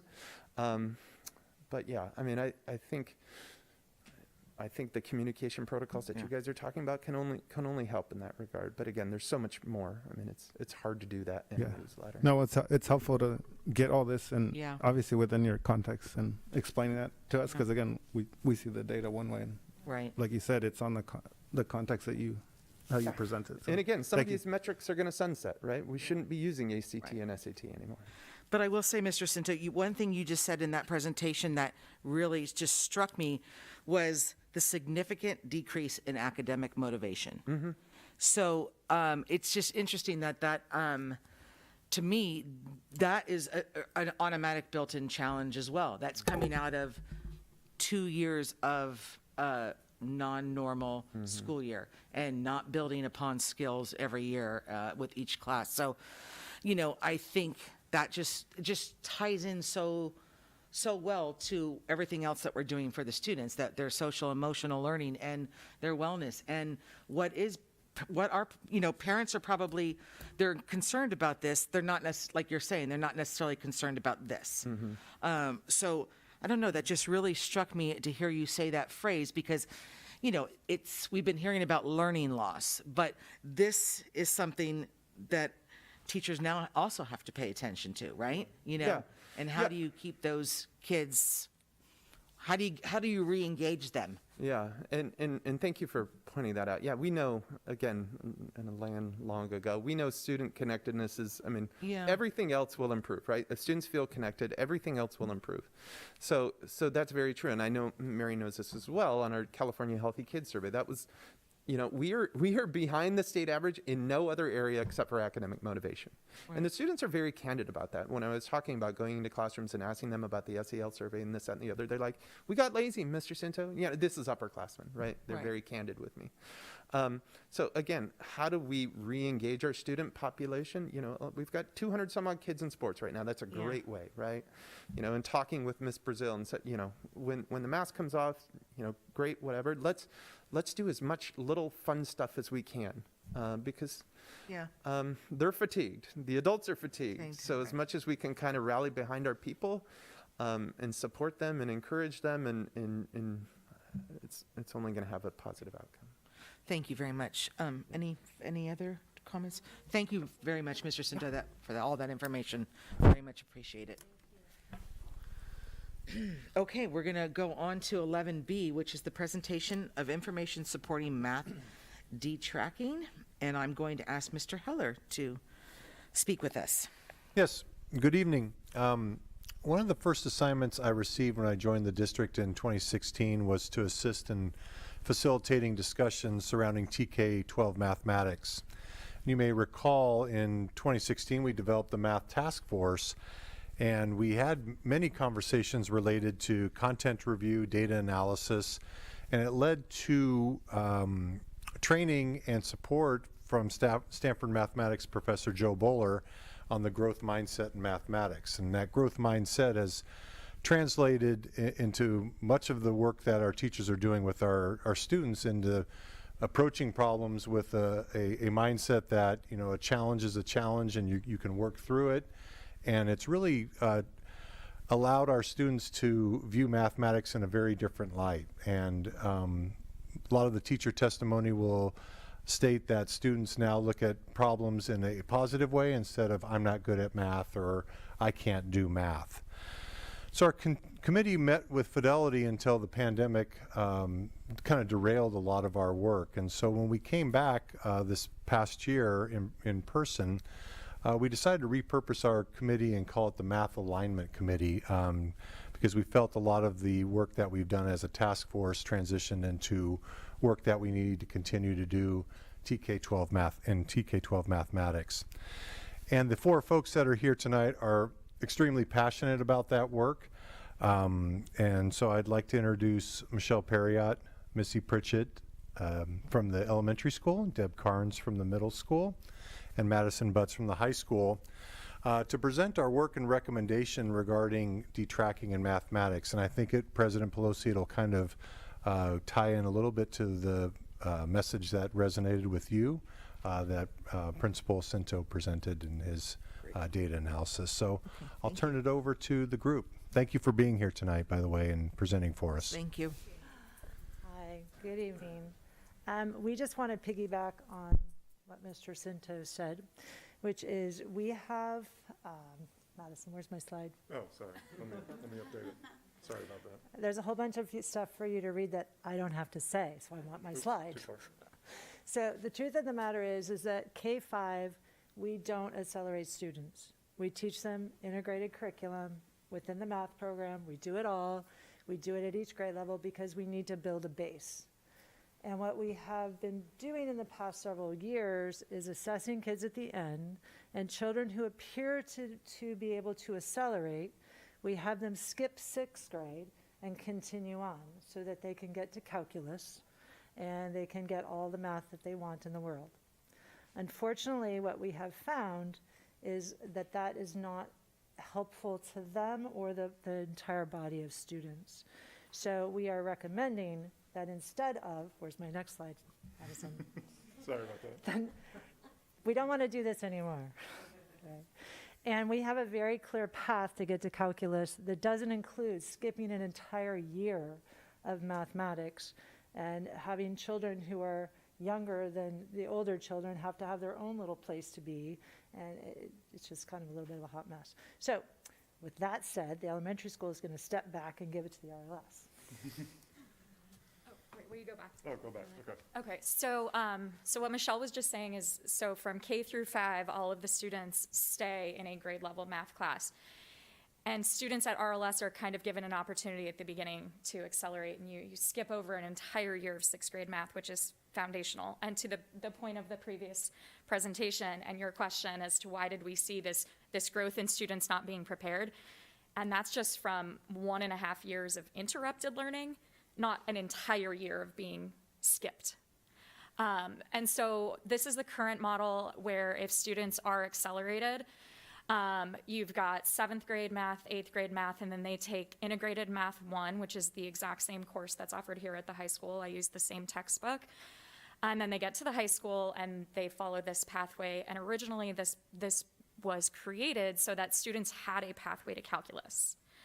Go ahead. But the biggest concerns are some of the things that we have already seen just from what has happened with COVID, but we have been having these concerns even before COVID. If you skip an entire year of math at any grade level, but specifically 6th grade, there are huge gaps in skills and definitely a lack of mastery. You didn't even see 6th grade math. How were you mastering 6th grade math before moving on? Also speaking to Michelle's point of having the entire student body together, you know, if you're in fourth grade, you're in fourth grade. There are negative social dynamics that have been created with this model. And some of those things Mr. Butts is going to speak about when they did some interviews with the current students in calculus. And then one of the other things that we've noticed is that these kids who were put on this pathway, right? So you were great at math in 5th grade and now you're on this path, and they end up burning out and not even making it to calculus because of that added pressure and all of these gaps that eventually kind of catch up with you. And so we have seen that our most motivated students are students who loved math the most in 5th grade or 6th grade or whenever they were identified as we're going to move you along, don't even make it to calculus. And so that bottom bullet point right there is basically saying that we're asking parents and students when they're in 6th grade to decide about what you might want to do with your life and be on that path that needs calculus before you graduate or don't. I took calculus in high school. I've used it exactly 0 times since. Okay, so, and there are a lot of our students who in 6th grade probably don't know if they're going to need it or not. So Margie Shearer, who teaches 6th grade math, and Jen Allenson and myself, we started to put together just kind of, here's what you miss. So in 6th grade, if you are skipped over 6th grade math, that is when exponents are taught. They are not taught again until 8th grade. So now I have 8th graders in my classroom who were not ever exposed to exponents at all. Okay, this is just a short list. Again, I'm not going to read everything that's there, except for the second to bottom one about statistics. So in 6th grade math, students do mean, median, mode, 5-number summary, box and whisker plots, stem and leaf plots. They don't see that again until integrated 1. So I currently have students with me, 8th graders who are in integrated 1, and they never saw any of those things because they skipped over 6th grade math. So now I'm teaching 6th grade skills to students who are in a high school math class, not because they didn't know it, but they never even saw it.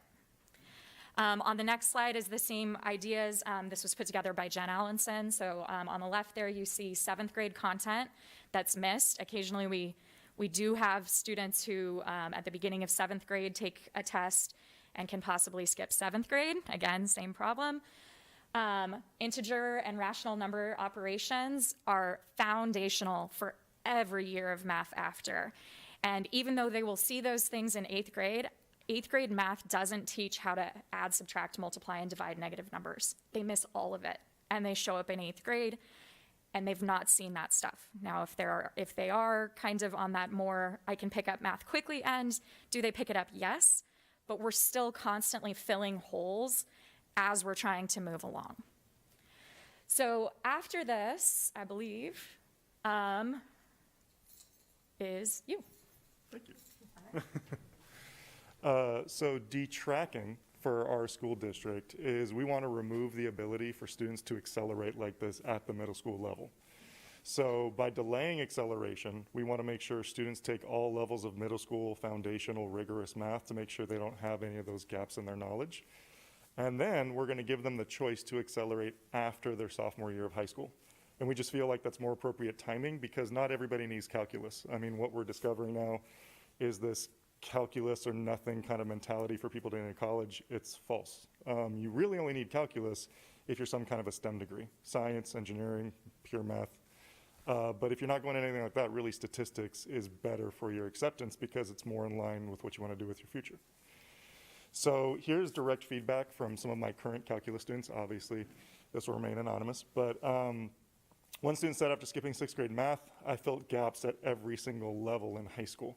So that's what's been really interesting about the Math Task Force and the Math Alignment Committee is when we came together as an entire district, a lot of the younger grades didn't realize all of these gaps and issues that the high school teachers were experiencing because those gaps didn't really come into play full force until high school, unfortunately. Another student said, because I was advanced, I felt the pressure to be the smartest and to get A's all the time. Like for these students who are put on this pathway in the honors accelerated courses, that pressure to maintain an A, I mean, you should see it on them. Like if they get a B, it's equivalent of getting an F. And obviously that's not very good for their mental health.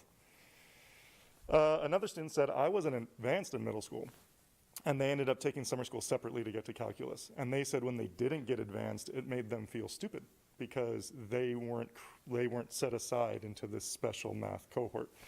And I will also say that currently right now in calculus, just a frame of reference to all of the data we've been talking about, one of my top students was not accelerated, and they took a summer school class on their own. And one of the reasons they talked to me about why they're so successful in calculus is because they took every single level of math, and they have all of those foundational skills that we're concerned about students missing. So this is the new acceleration pathway for calculus. So at RLS, everybody takes 6th grade math, everybody takes 7th grade math, everybody takes 8th grade math. Then obviously at the high school, we have integrated math 1 and math 2. And now we have a pathway to get to calculus. It's called Integrated Math 3 Trig. It is an honors course.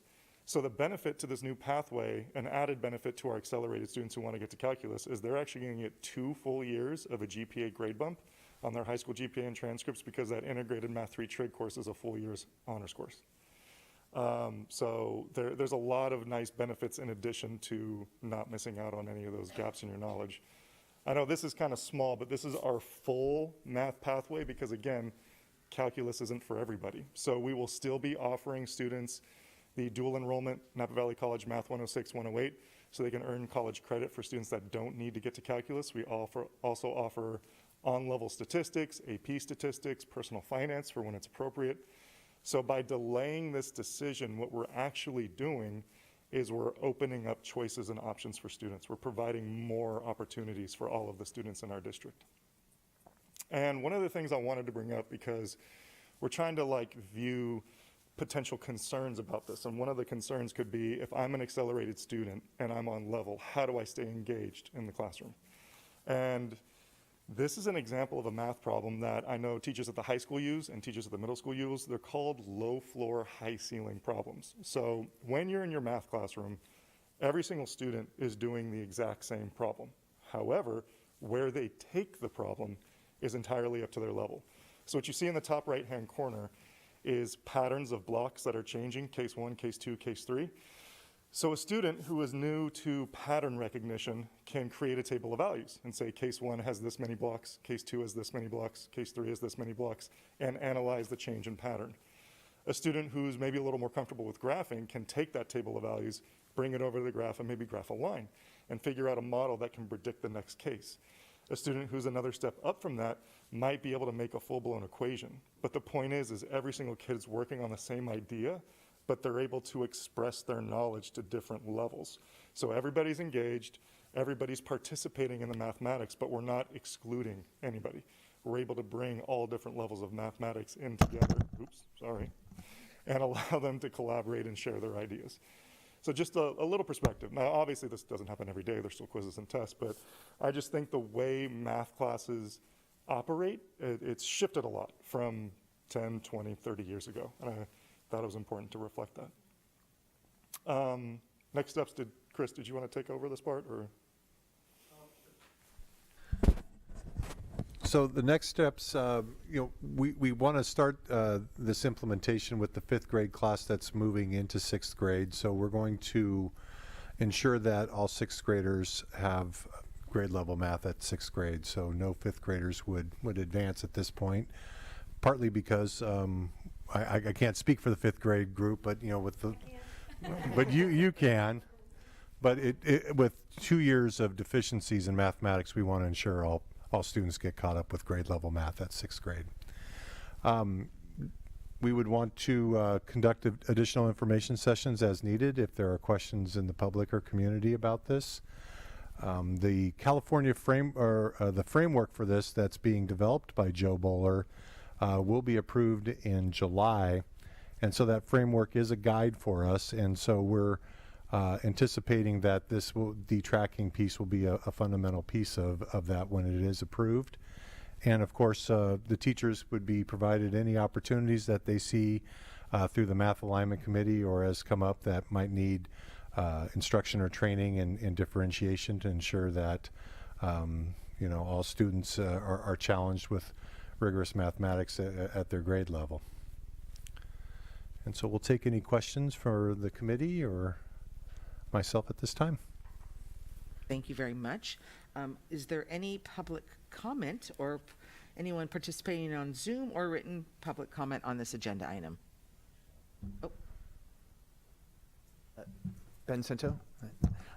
Really quick, I wanted to let you know I'm in full support of this as somebody who was an accelerated math student. It did not materialize for me, and I realized at a very opportune time that I didn't have the foundational knowledge that I needed to excel in math. So that for me, I was going to be a math teacher, and I took a completely different route because when I hit that wall, it was very apparent.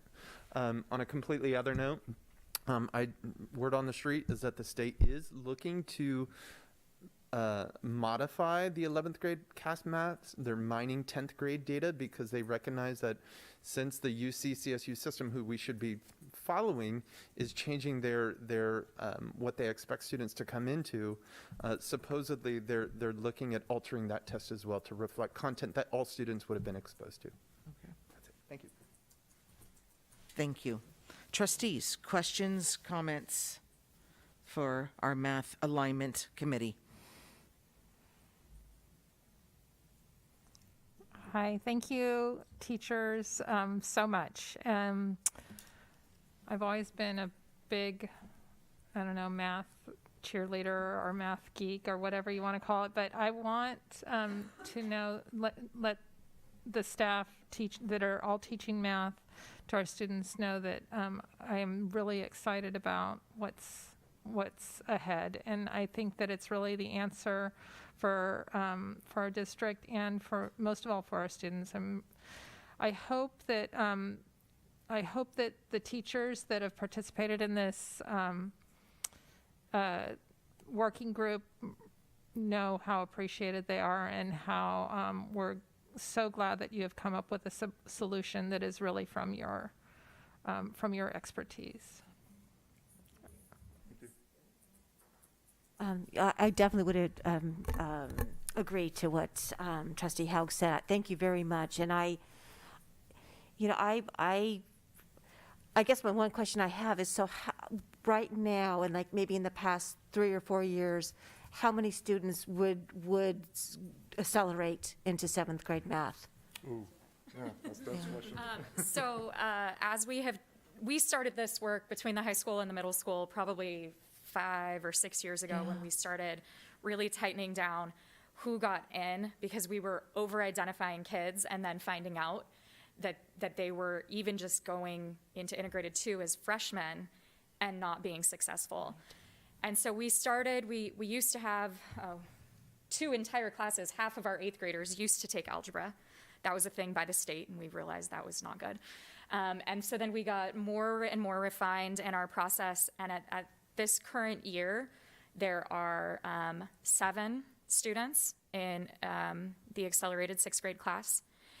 The 7th grade is larger, and that was because of COVID, because our 6th graders last year were a huge population. And in order to get under our numbers of our classroom sizes, some additional kids who wouldn't have normally been accelerated were put into that class because of our class sizes. So not counting them, I have 6 students in integrated 1. So it's typically anywhere from 6 to 7 students. I've not had more than 10 students in this class in the last 3 or 4 years. Okay. And is it usually and I think I know the answer to this question, is it usually a push from the parents for this acceleration then? Do I have to answer that? No, you don't. No, you don't. I'm assuming, because I have to say that our family was one at one time as well as to push, but it's not the right thing to do for students. So you don't have to answer that question. I will speak for myself, and I will say that we had this conversation 7 or 8 years ago, and I was one of the loudest voices in the room saying, do not get rid of this accelerated pathway. I was one of the people that was like, we need this, and it was coming from a very selfish place of thinking of myself in middle school. And I will admit that I was 100% wrong. This is what's best for kids. This is what's best for all kids. And yeah, whether it's a student who wants it or a parent who wants it, whatever it is, we know as math professionals, and the high school knows it because they see it at the end, how all of these small decisions really play out and affect students. And we want every student to be successful in math. And we would much rather have students getting A's in the correct year course than getting a C in taking a class a year ahead of time. Colleges don't care that you took a class a year early. If they're going to look at GPAs, if we're taking away standardized testing like SAT and ACT, your grades are going to matter. Right. And so in the new pathway that Madison mentioned, students who decide, you know what, I still do want to take calculus, they're going to get a full year of GPA bump their junior year and a full year of GPA bump their senior year. Whereas our students, my current Integrated 1 students who take Integrated 2 next year, Integrated 3 as sophomores, and then the trig class, which does not have a GPA bump. Yeah, so their third year as a junior, they're taking dual enrollment in Napa Valley College, and first semester is a grade bump. That's pre-calculus. Yes. Second semester is not. So it's only a half year of a grade bump. Right. So all of those. Thank you very much. Thank you. Yeah, I want to just thank you guys for recognizing that and identifying those concerns. Similar to us, my son was also recommended to do the skipping a grade, and right off the bat, I mean, as a parent, you're like, oh yeah, go for it. But I mean, he really wasn't ready for it, and we actually pulled him back to the math he should have been in. And that was like a really good decision. So I think, sometimes as parents, you want to push them forward, but sometimes they're not ready. So I appreciate the fact that, you guys have identified some of those issues. The one question I did have is, for example, because you said that next year they're not going to be skipping. So for students that did skip, and they did miss a full year, how do you guys go back to support them if they're already on that path, I guess? Yeah, so that's the challenge we've kind of been facing for several years. We just try to differentiate within our classroom as much as possible. It's a thing we talk about at high school. It's called just in time instead of just in case. So the idea is sometimes in math we have a tendency to teach everything because, you might need it at some point. But there's been a recognition of so many gaps and issues that we kind of follow the curriculum at the level that we're teaching, whether Math 1, Math 2, Calculus, whatever. And then when we realize that there's some foundational skill that the students don't have, then we kind of do a little sidetrack and we kind of fill in those holes as best as we can. I mean, obviously, we do the best we can. I don't know if we can hit them all, and that's one of the reasons we want to make this decision, but we're going to continue kind of the trend of what's been happening the last few years of just doing the best we can when they come to us and trying to make sure they have the support they need. I have one other question. Now, is Math 180 still in the mix at all? And will something similar ever come back, or is it needed, or? Are you talking about the dual enrollment? No, there used to be Math 180 like Read 180. No, we have not had Math 180 for probably 3 or 4 years. It was the sister product of Read 180, which had been successful. Math 180 was not nearly as amazing as we had hoped it would be given the success of Read 180. So I think RLS was the only one who used it because it was for middle school only, and we've not used that particular intervention program in probably the last 4 or 5 years. Okay, great. Thank you for the presentation. I also agree that foundation is critical. I think Mr. Santone could start a support group for we have very similar stories, and it did affect my math trajectory when I skipped a math level in grade in middle school. So this is very personal for me. I would have been an amazing mathematician, I bet. No, just kidding. Just kidding. But I have a quick question about the Integrated Math 3 trig. Just to clarify, did you say that trig should be a year-long class, and is it for Integrated 3? No, trig is kind of like it's considered a sub-portion of kind of pre-calculus. So like at the college level, what a lot of colleges do is they'll break up pre-calculus and trig in kind of 2 semesters. So what we're doing is, I mean, I could go on a really long rant about what Math 3 means in terms of the state test, but I'll save you from that. But basically, Math 3 is almost pre-calculus. Like there is an incredible amount of overlap. So what we've done is we've kind of made a hybrid Frankenstein course that fills in all the gaps of what the difference is between pre-calculus and Math 3, and fill in all the missing trig. So they're essentially taking an accelerated Math 3 course combined with a pre-calculus class to make sure they're ready for calculus. Okay, great, thank you. Okay, my turn. I want to just as well thank you for your time, your energy, the effort that's gone into this, because this was great. My questions on the sequencing slide, where it goes down to the personal finance, that seniors only, that does still count as a fourth year of math? It counts for the high school. It counts as a fourth year of math, but it is a G elective for A through G. Okay, perfect. Colleges. Okay. And then my other question is the publicizing of this information for the parent community. So I love the FAQ page. I thought that was great. I think that was, for example, one question that was somebody had asked me when I ran into him was, are we lowering the bar with detracking? And this presentation absolutely affirms that we are not. But my concern with that is somebody was looking at this and thinking like, well, are we just lowering expectations for whatever reasons? So in the effort to support this district and to support the work of our teachers and our school sites, I just want to make sure that how is this being promoted to parents at the school sites to understand that this is not punitive in any way, shape, or form. This is meant to benefit students so that everybody can get to the place they want to get to in math.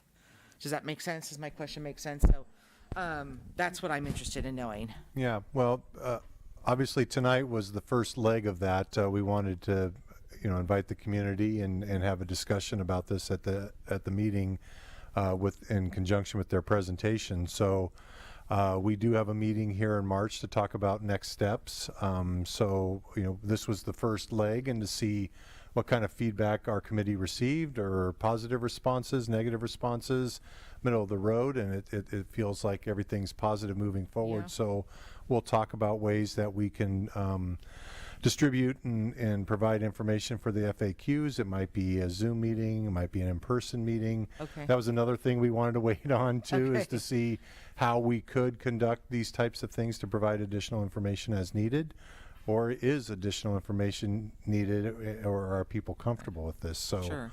We'll talk a little bit more at our next meeting about that. Okay, because truly, in reviewing this, presentation prior to the meeting, one of the things that just jumped out at me is like, we're doing what is best for students with this move. So that's the big message we want to get across. So thank you all very much. Oh.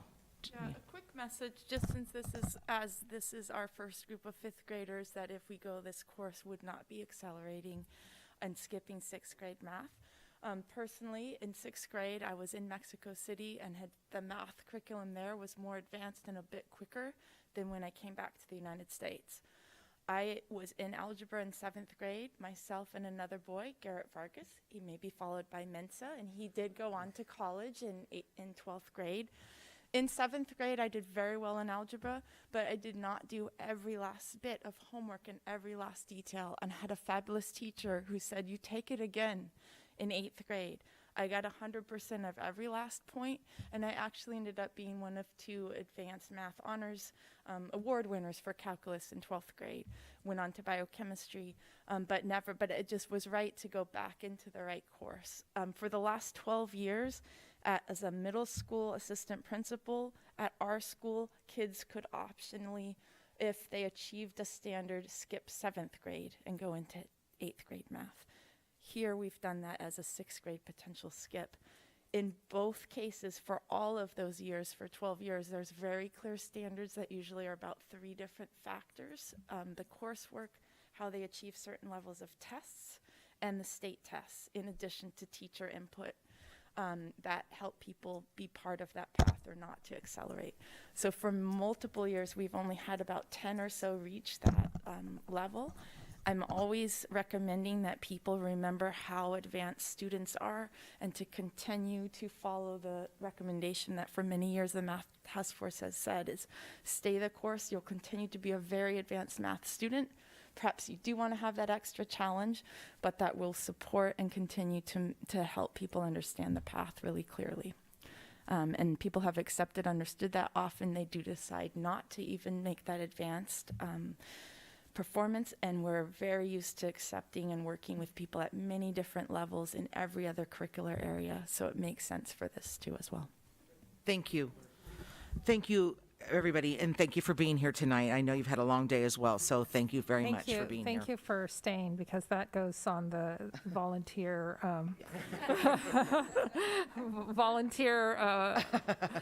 list of thank yous tonight as well. Okay, at this point, we're just going to take a little bit of like a 10-minute comfort break, and then we will reconvene. Thank you again.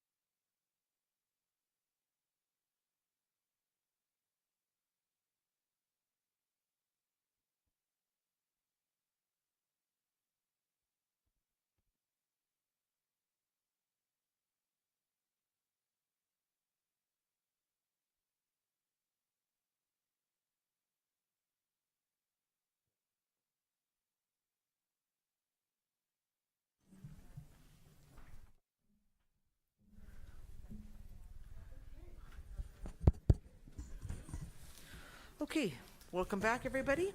We're going to pick up at items 12A under Human Resources, and I'm going to ask Mr. Heller to speak with us, please. Okay. Sorry, let me just get situated here. Okay. Okay. Thank you. Yes, so within our classified positions in the district, most job descriptions remain consistent throughout time. However, in one classification in technology, job classifications can become outdated very quickly and not relevant as technology advances and needs change. One such position is presented tonight as a layoff in the classification, in the Ed Tech, Educational Technology Specialist. This position's job description no longer fits the work currently being performed. So as a result, the district has proposed new job classifications that are currently being reviewed by the California School Employees Association regional representatives. The effects of this move have been negotiated with CSEA leadership and presented to the employee as well. And part of the reorganization of the technology department will be presented in the next item and also in future board meetings as those job descriptions are approved. So for tonight, moving forward, I would ask that the board approve this resolution to lay off the Ed Tech, Educational Technology Specialist. Okay. Is there anyone present or participating via Zoom or any written public comment on this agenda item?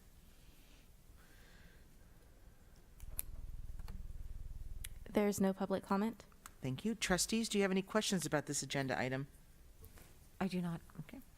Is there a motion to approve the adoption of Resolution 21-26 as presented? I'll make that motion. Is there a second? I'll second. As most are in favor of the motion, Dr. Wilson will conduct a roll call vote. Trustee Simon? Aye. Trustee Haug? Aye. Trustee Kerr? Aye. Trustee Olguin? Aye. President Pelosi? Aye. Motion carried. Item 12B, consideration of approval for new Director of Technology and Informational Systems position for the 2022-23 school year. Mr. Heller again, please. Great, thank you. So as I just previously mentioned, the district is looking at reorganizing our current technology job descriptions. And during this process, our staff identified the need really to have a technology director to lead the department through software, hardware, cybersecurity, data collection, device purchasing, and all aspects of our technology needs. With a district that supports one-to-one devices, has innovative classroom technology such as Promethean boards, the need for leadership in technology in our district has never been greater. So I would ask that the board entertain and approve this new job description, which will be included in the riveting second interim projections that will be provided by Ms. Stubbs. Thank you. Is there anyone present or participating via Zoom or any written public comment on this agenda item?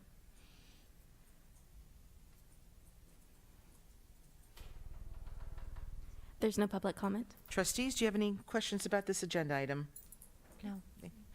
Is there a motion to approve the job description for the Director of Technology and Information Systems position for the 2022-2023 school year as presented? I'll make a motion to approve the job description for the Director of Technology and Information System position for 2022-23.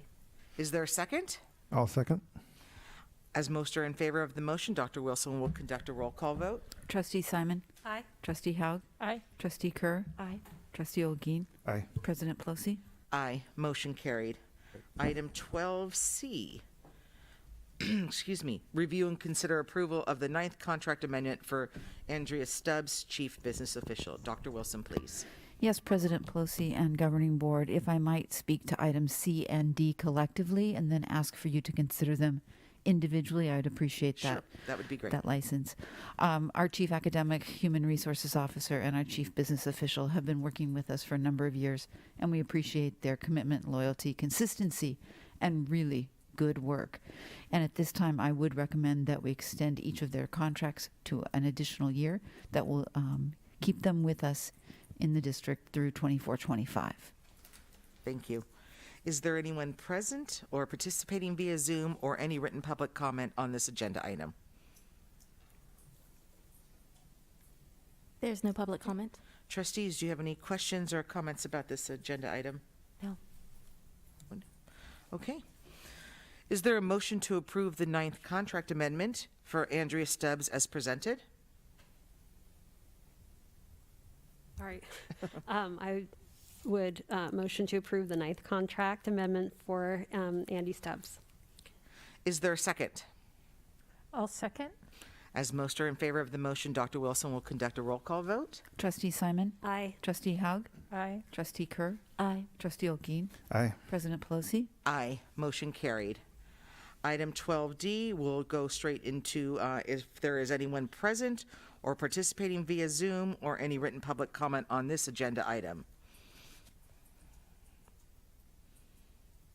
There is no public comment. Trustees, any questions on this agenda item? Okay, thank you. Is there a motion to approve the 8th contract amendment for Christopher Heller as presented? I'll make that motion. Is there a second? I'll second. As most are in favor of the motion, Dr. Wilson will conduct a roll call vote. Trustee Simon? Aye. Trustee Haug? Aye. Trustee Kerr? Aye. Trustee Olguin? Aye. President Pelosi? Aye. Motion carried. We are very grateful for your hard work and commitment to our district, Very both of you. grateful. So thank you very much. Thank you. Thank you. Okay, item 13A is the review and consider approval of the 2021-22 second interim report. Andy Stubbs, please. Thank you. So you will find that compared with the first interim report, the most significant change would be that we now have support from the Napa County Assessor's Office and the Napa County Office of Education to begin budgeting at 2% property tax growth in the out years. And so we'll talk about that in a little bit.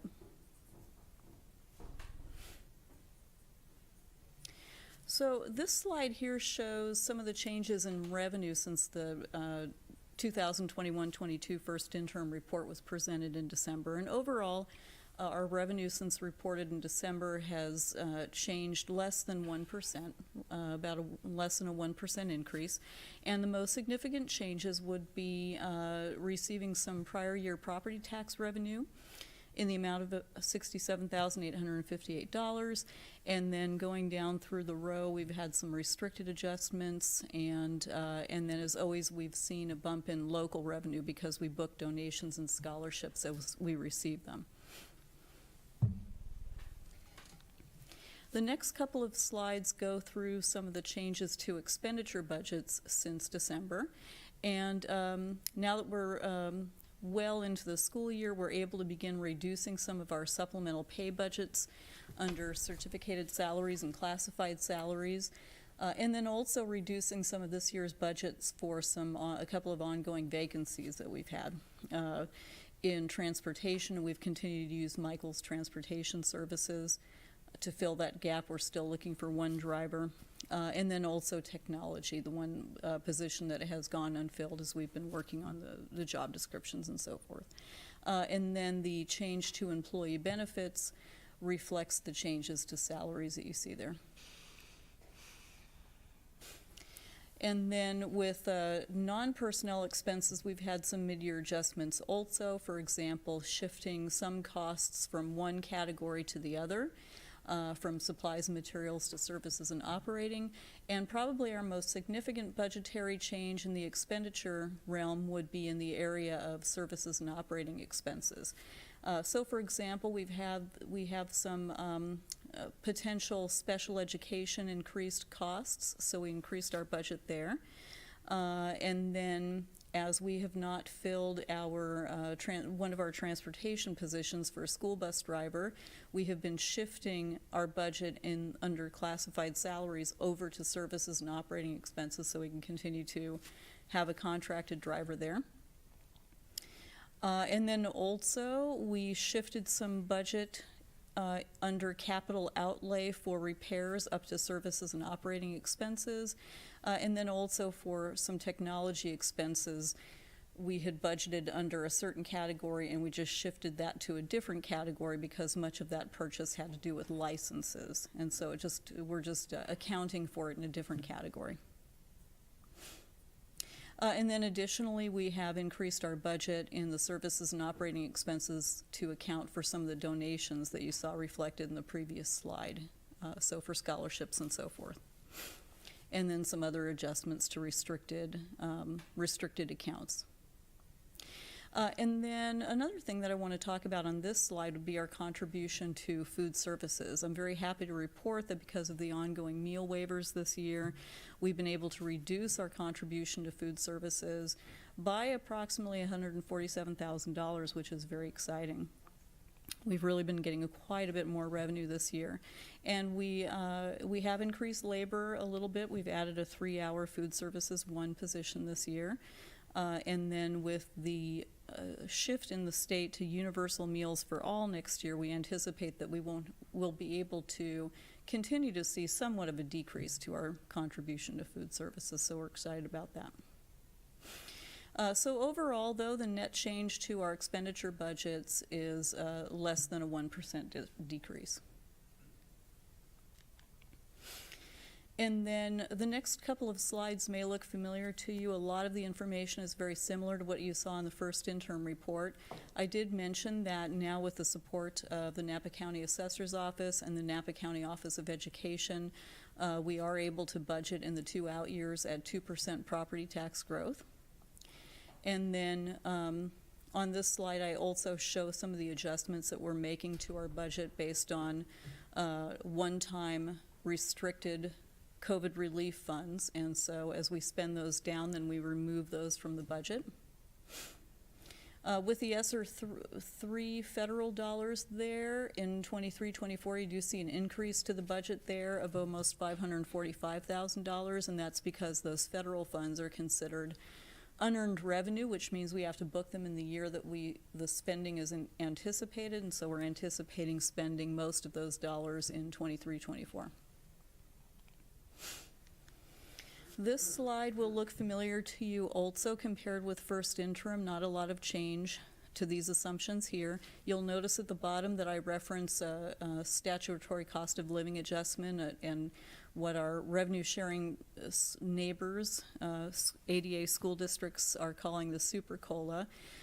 We do get to apply that large 5.33% COLA to special education funding and child nutrition and mandated block grant. However, it doesn't impact us with our property tax revenue. This slide will look familiar compared with first interim. Also, no real changes there to how we're budgeting for step and column and STRS and PERS rates compared with first interim.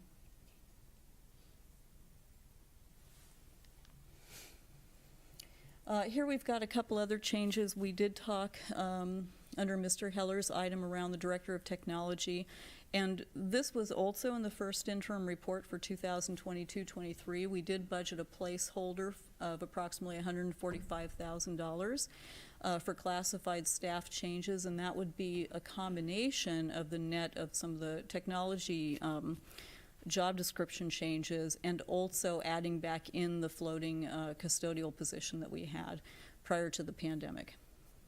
And then you did see the projected savings for our STRS retirement incentive at first interim of approximately $263,000 in 23-24.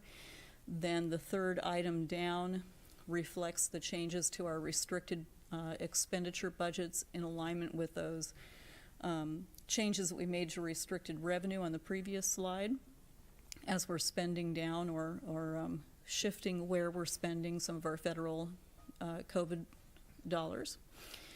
And then even though we were able to reduce our contribution based on the reimbursements that I'm seeing for this year to food services, I went ahead and budgeted an additional $50,000 in 22-23 and 23-24 to account for any additional labor costs that we might have as we change to the new Universal Meals for All program, because we're anticipating more participation.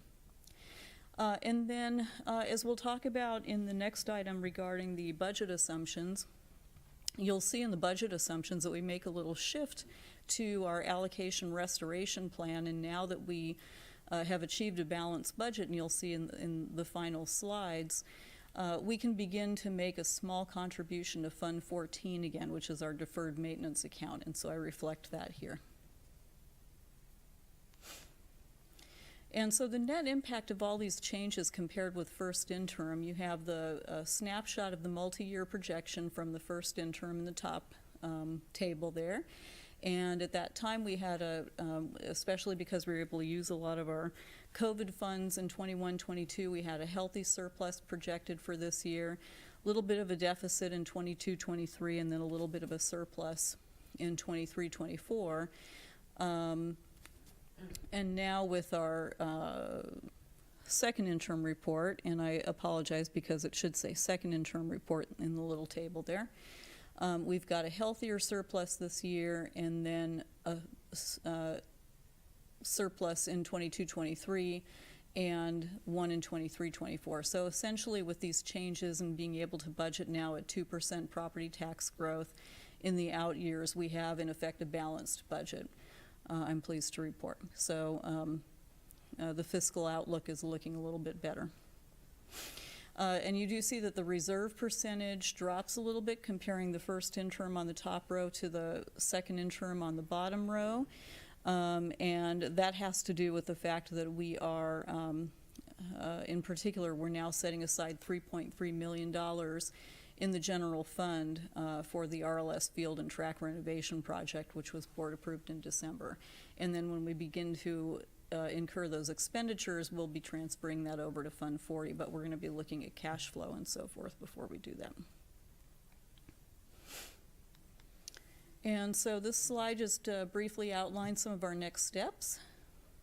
And most importantly, we're beginning to prepare for the May public hearing of our budget. And I'm working with Mr. Heller and Ms. Allen on the local control and accountability plan, so we can make sure all that aligns. And with that, I would ask if the board had any questions. And I would recommend approval of the second interim report. Thank you very much.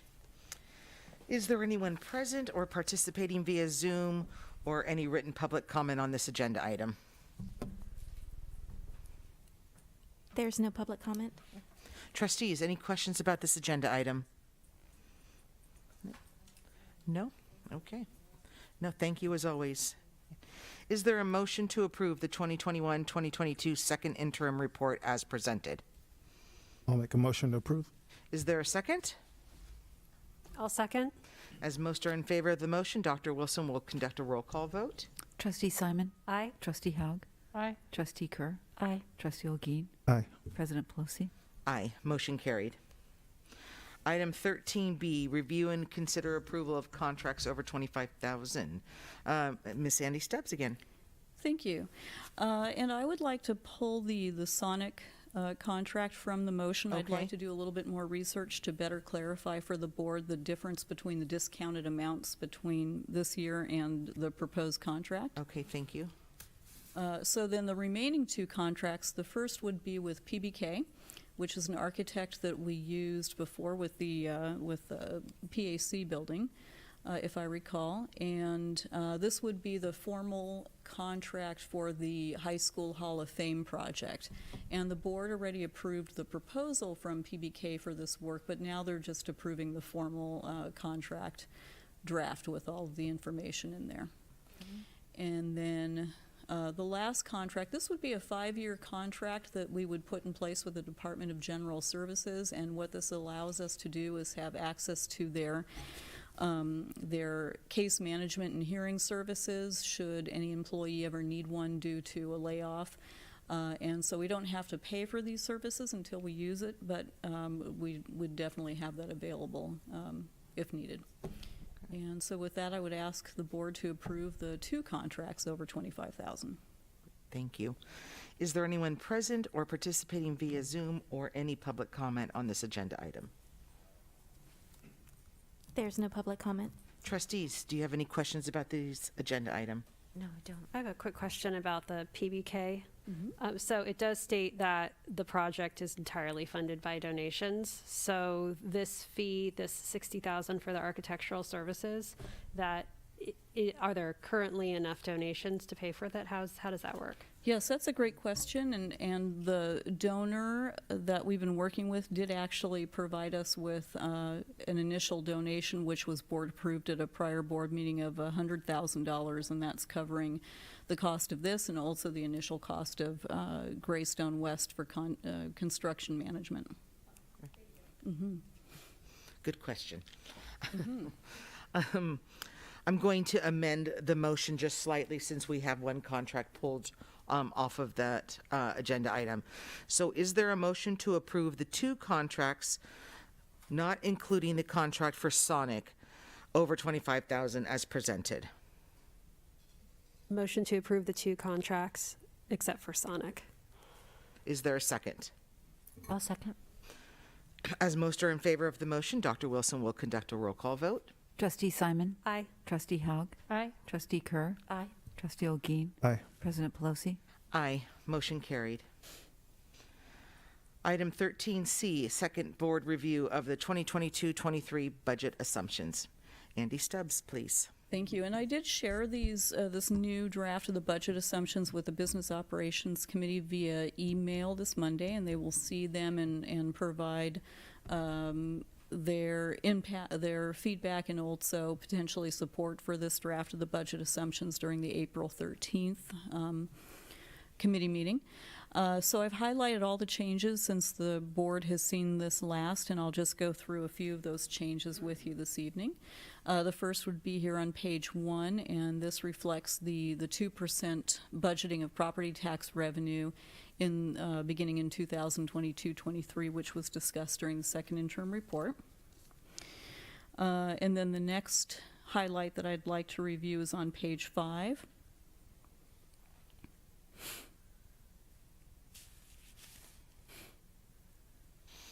Perfect, right there. Thanks, Erica.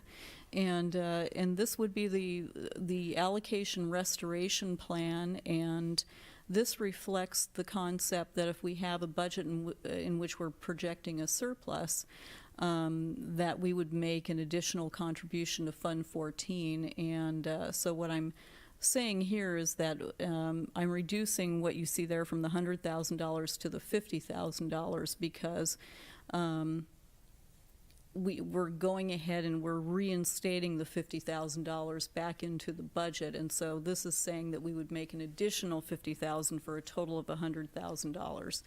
So we're updating the language a little bit to reflect where we are with the budget, and you'll see how I made that change in a different place at the end of the document. And so if we can go to page 9 next.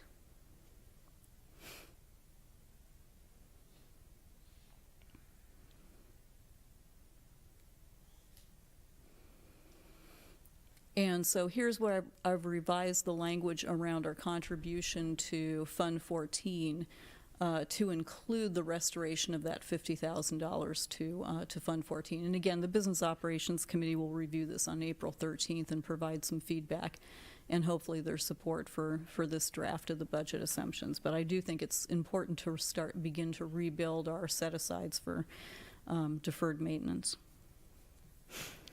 And then if we can go to page 11, got 2 more I wanted to showcase for the board. So here we see the reduced food services program contribution from originally it was going to be about $525,000 down to an estimated $350,000, and we feel that that will be an adequate contribution to support the program and some additional potential labor needs that I'll be reviewing with the Director of Food Services. And then finally, if we can look at page 13. And here we have in our fund balance a set aside of $3.3 million, which we will be transferring to Fund 40, which is the district's approved amount towards the RLS field and track. And we want to evaluate cash flow and then determine the best time to actually move those funds to Fund 40. And so this item is presented for information only this evening.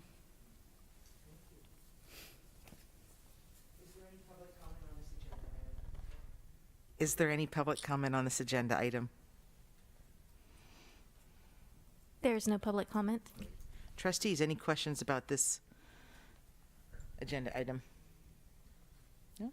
Okay, great. It's just for information. Just no action is needed tonight. Thank you as always. On to item 14A, future agenda items. You'll see what we have coming up at the April 21st meeting. Do the trustees have any subjects for future agenda item? Actually, I would like to address the public comment on items not on the agenda today. Okay. I know that normally our board handbooks states that we should address the board president before we bring any items up, and I did talk to Lisa over the break about this. So I think that we saw more people in our boardroom than we have seen in a long, long time. And there have been a lot of contentious issues that have come before the board for families that have been concerned about many different issues, whether it be masks or DOC or anything else. We have never seen this many parents and students in our boardroom in a long time. And I really feel that we have to address the issues that were raised regarding racism. It's it makes me emotionally very. I can't imagine that any child would feel unsafe in our district, and it is something that is obviously has occurred, and it's something that we have to address. Okay, thank you for that.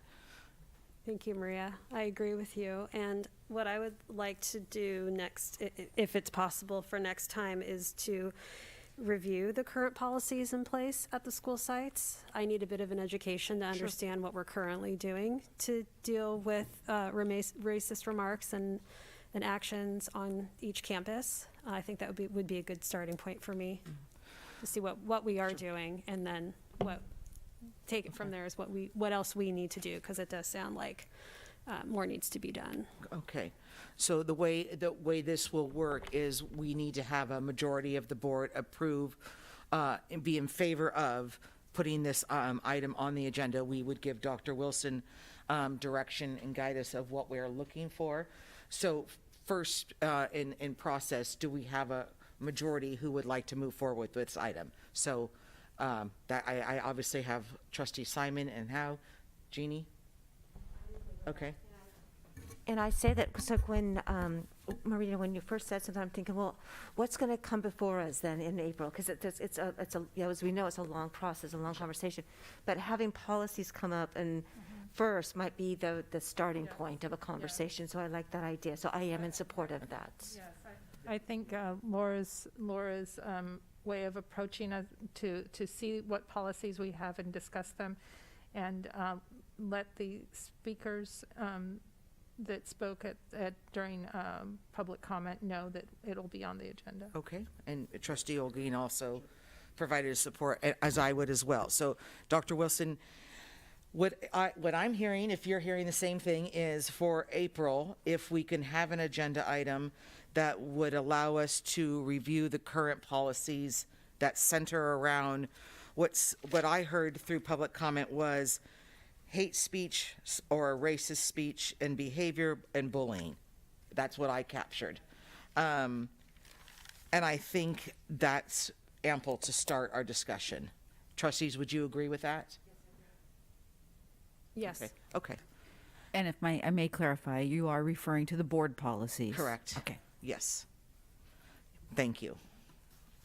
Okay, and trustees, anything else? Thank you for that, Maria.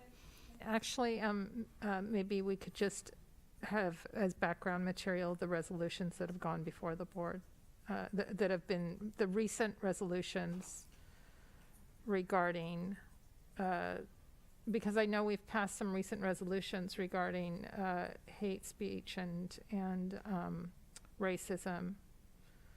Okay. In the past year, just so you want that just as additional background, as an attachment, just to be. Okay. So the public has access to it again. Okay. Okay, okay, great, thank you. Thank you again. Okay, we're on to 15A. This is adjournment. Is there a motion to adjourn the meeting? I'll make a motion to adjourn tonight's meeting. Is there a second? I'll second. As most are in favor of the motion, Dr. Wilson will request a roll call vote. Trustee Simon? Aye. Trustee Haug? Aye. Trustee Kerr? Aye. Trustee Olguin? Aye. President Pelosi? Aye. Motion carried. Meeting has ended at 8:47 p.m. Thank you, everybody, for being here and for your time.